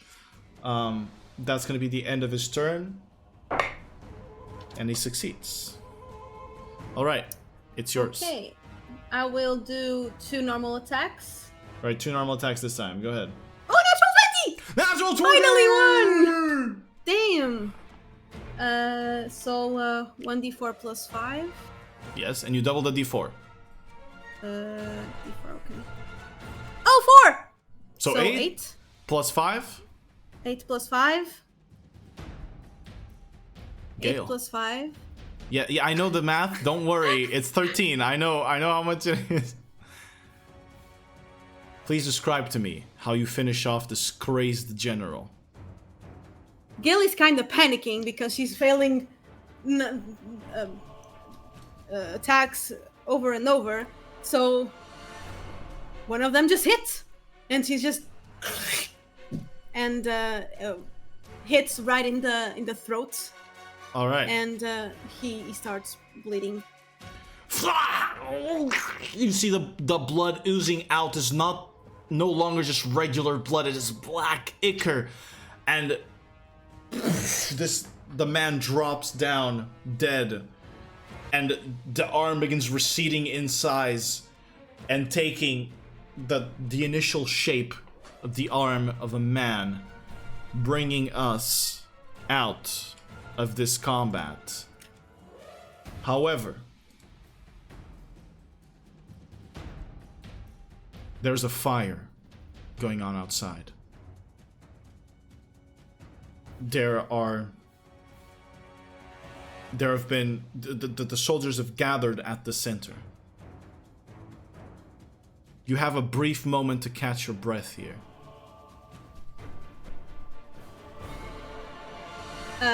I will just quickly take a look at all the documents. Okay. Maybe just grab them. I don't even see them. I just grab them and put them in the handy haversack. Okay, got it. I don't even have to read them. I'll just put everything on the sack. And okay. If I look at the window, Yeah. is there any building near me? At the window, the only building that is the building nearest to you would not allow you to jump, because this central one is surrounded by the palisade that you have to overcome with your grappling hook. Okay. But hey, calm down. Just as you hop on out and look, you see the first ray of sunlight come out to what would be your right side. Wait, so I'm so sorry, my brain is not working correctly. To your left side, I was actually right. You see the sun come up to your left side as the first sun ray it breaks through. And I know they're going to attack right now, right? You hear out in the distance and see coming from the north banners raised high of white and red, and as you see the shadow or the looming shadow of the Herskellen army of Fort Flameshield approaching. And that's where we're going to end today's episode of Memoria Mortis. Okay. As we are brought out of combat and enter our Q&A session. Good job, honey. Yay. That was stressful. Yep. That was really stressful, but you did a good job. This is exactly what we wanted from this, right? We want to test your limits. We want to see how far you'll go and increase both of our understandings of the game. Why are you like that? I know you're mad at me for some reason. Please describe the reason you're mad. This is good. No, I'm not.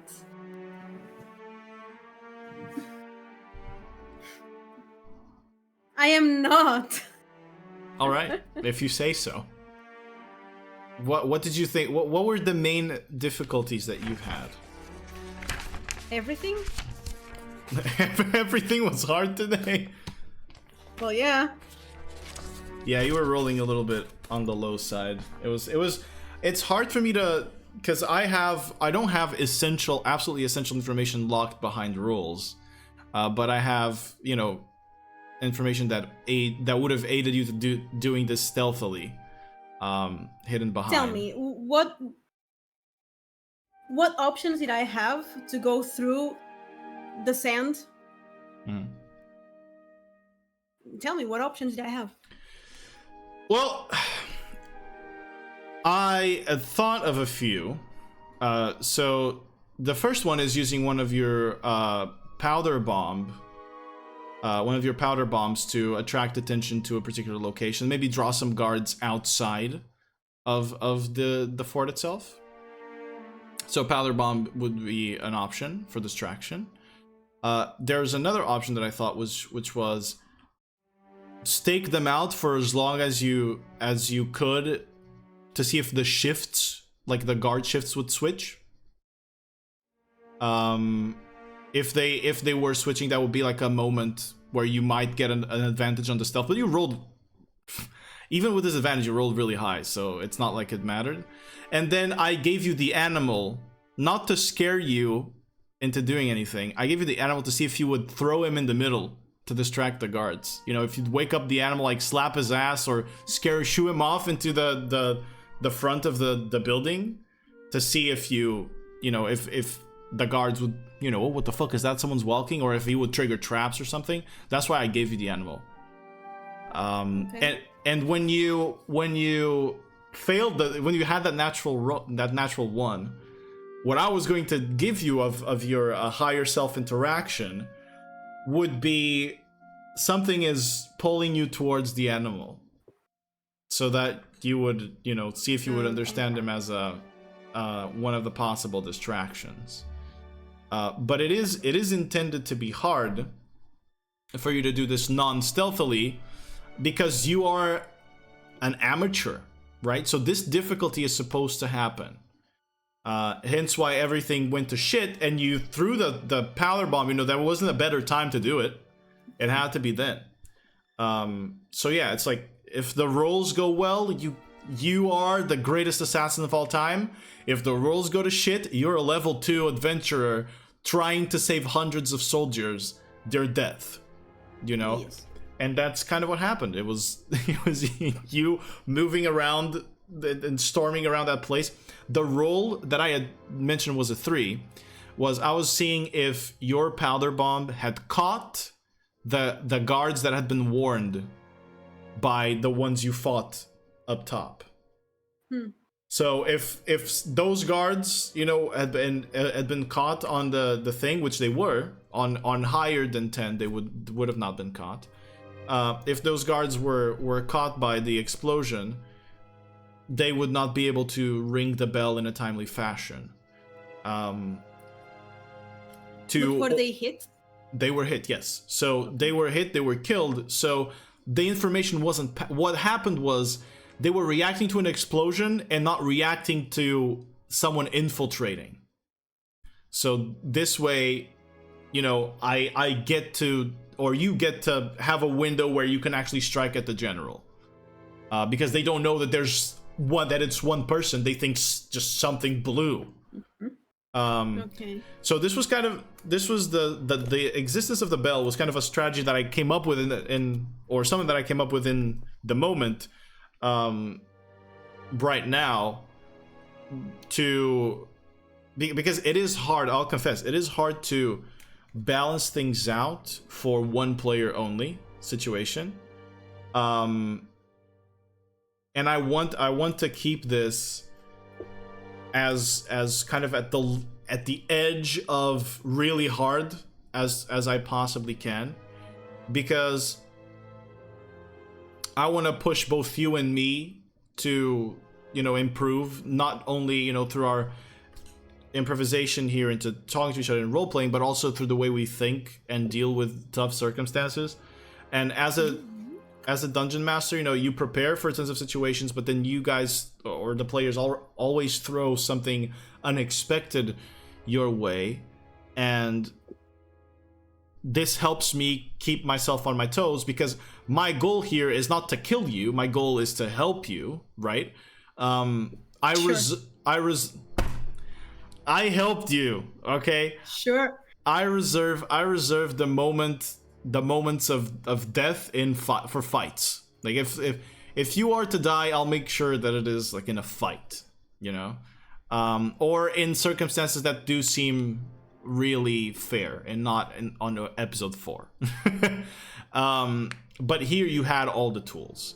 And even if you were caught, you know, something interesting would have come out of it. You know, you're someone infiltrating. I doubt that killing you would be the thing that would happen. I would aim towards capturing you, towards definitely capturing you instead, and seeing where we would go from there. You know, maybe you would have like a prison breakout sort of situation. But yeah, that's kind of what was going through my mind. This is good because it keeps me on my toes and helps me add stuff. And this, oh holy shit, what just happened? This fell. Oh yeah.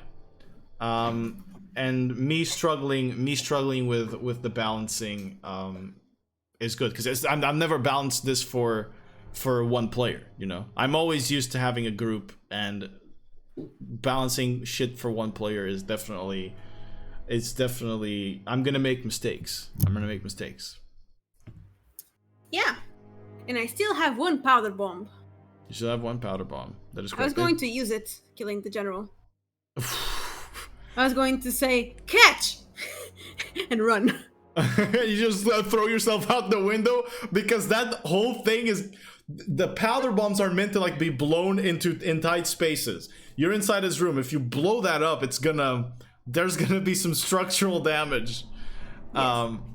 But yeah, that's kind of, that was my focus, was to you know, because I want to make you feel like a hero, but I also want to make it a challenge, and I want to push you to deliver, because when you're, I mean, look at your stick strategy. You pull that straight out of your ass. Like, if you were not pushed to, you know, where every option seems to be impossible, you will not come up with things like that, you know? Yeah.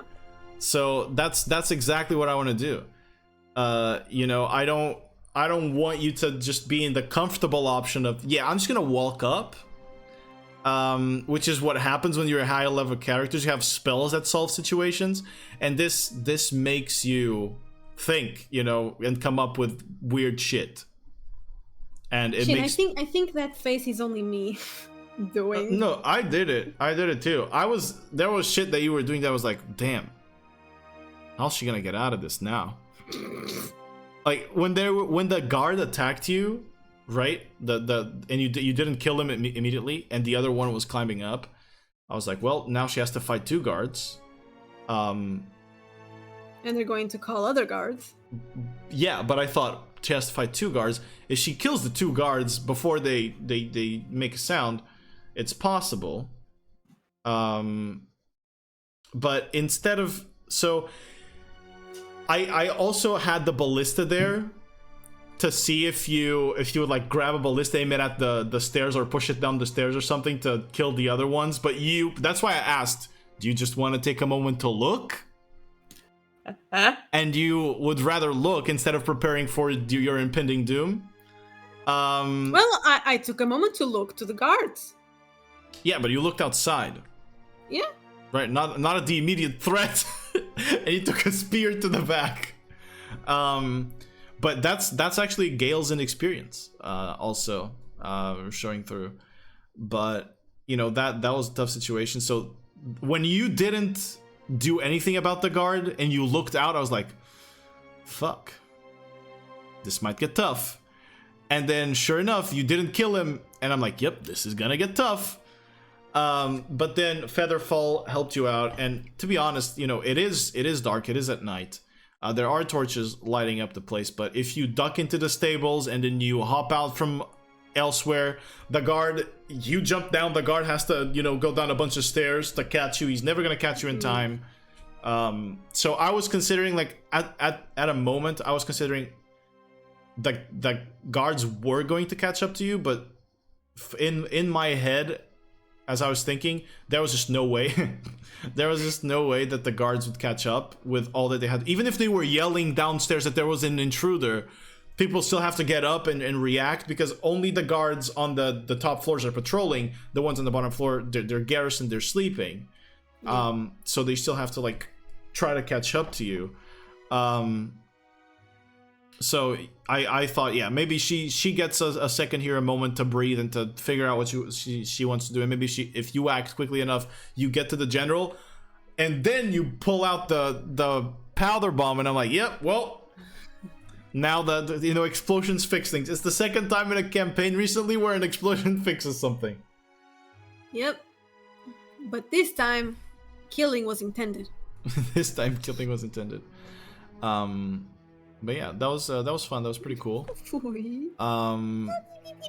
I'll admit, like, I feel way less confident doing this with one player than doing it with many, because you don't have heals. You don't have spells yet. You don't have anyone to tank damage for you. You know. I'm always like less than 10 hit points.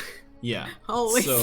So it's really hard, and that's making me think that I might change up how fighting happens a little bit. I'm going to be thinking about that. And maybe I'll come up with something cool that works for one player a little bit better than this current system. But yeah, anyway, I don't think anyone else has any questions, or that anyone has any questions at all, meaning that we can end the episode here. Any final thoughts? I'm going to sleep. All right, guys, we will see you this Saturday for the episode of Requiem. For the people that are watching us on Twitch, people on YouTube, it's still gonna be this Saturday, because I'm gonna upload this on the Thursday immediately after today. So I want to thank you to the people that are here supporting us on Twitch. Thank you very much for all the viewers, and thank you for the people watching and giving this a shot on YouTube. We are here to both teach people and also learn ourselves and improve by playing more. So yeah, we do appreciate the support, and I hope that you enjoy both our evolution as in this 1v1 situation, and see how we continue to improve that way. And yeah, we'll see you further sessions. Thanks so much for your support. Bye. And bye and take care, my friends. Continue waving. Okay, bye.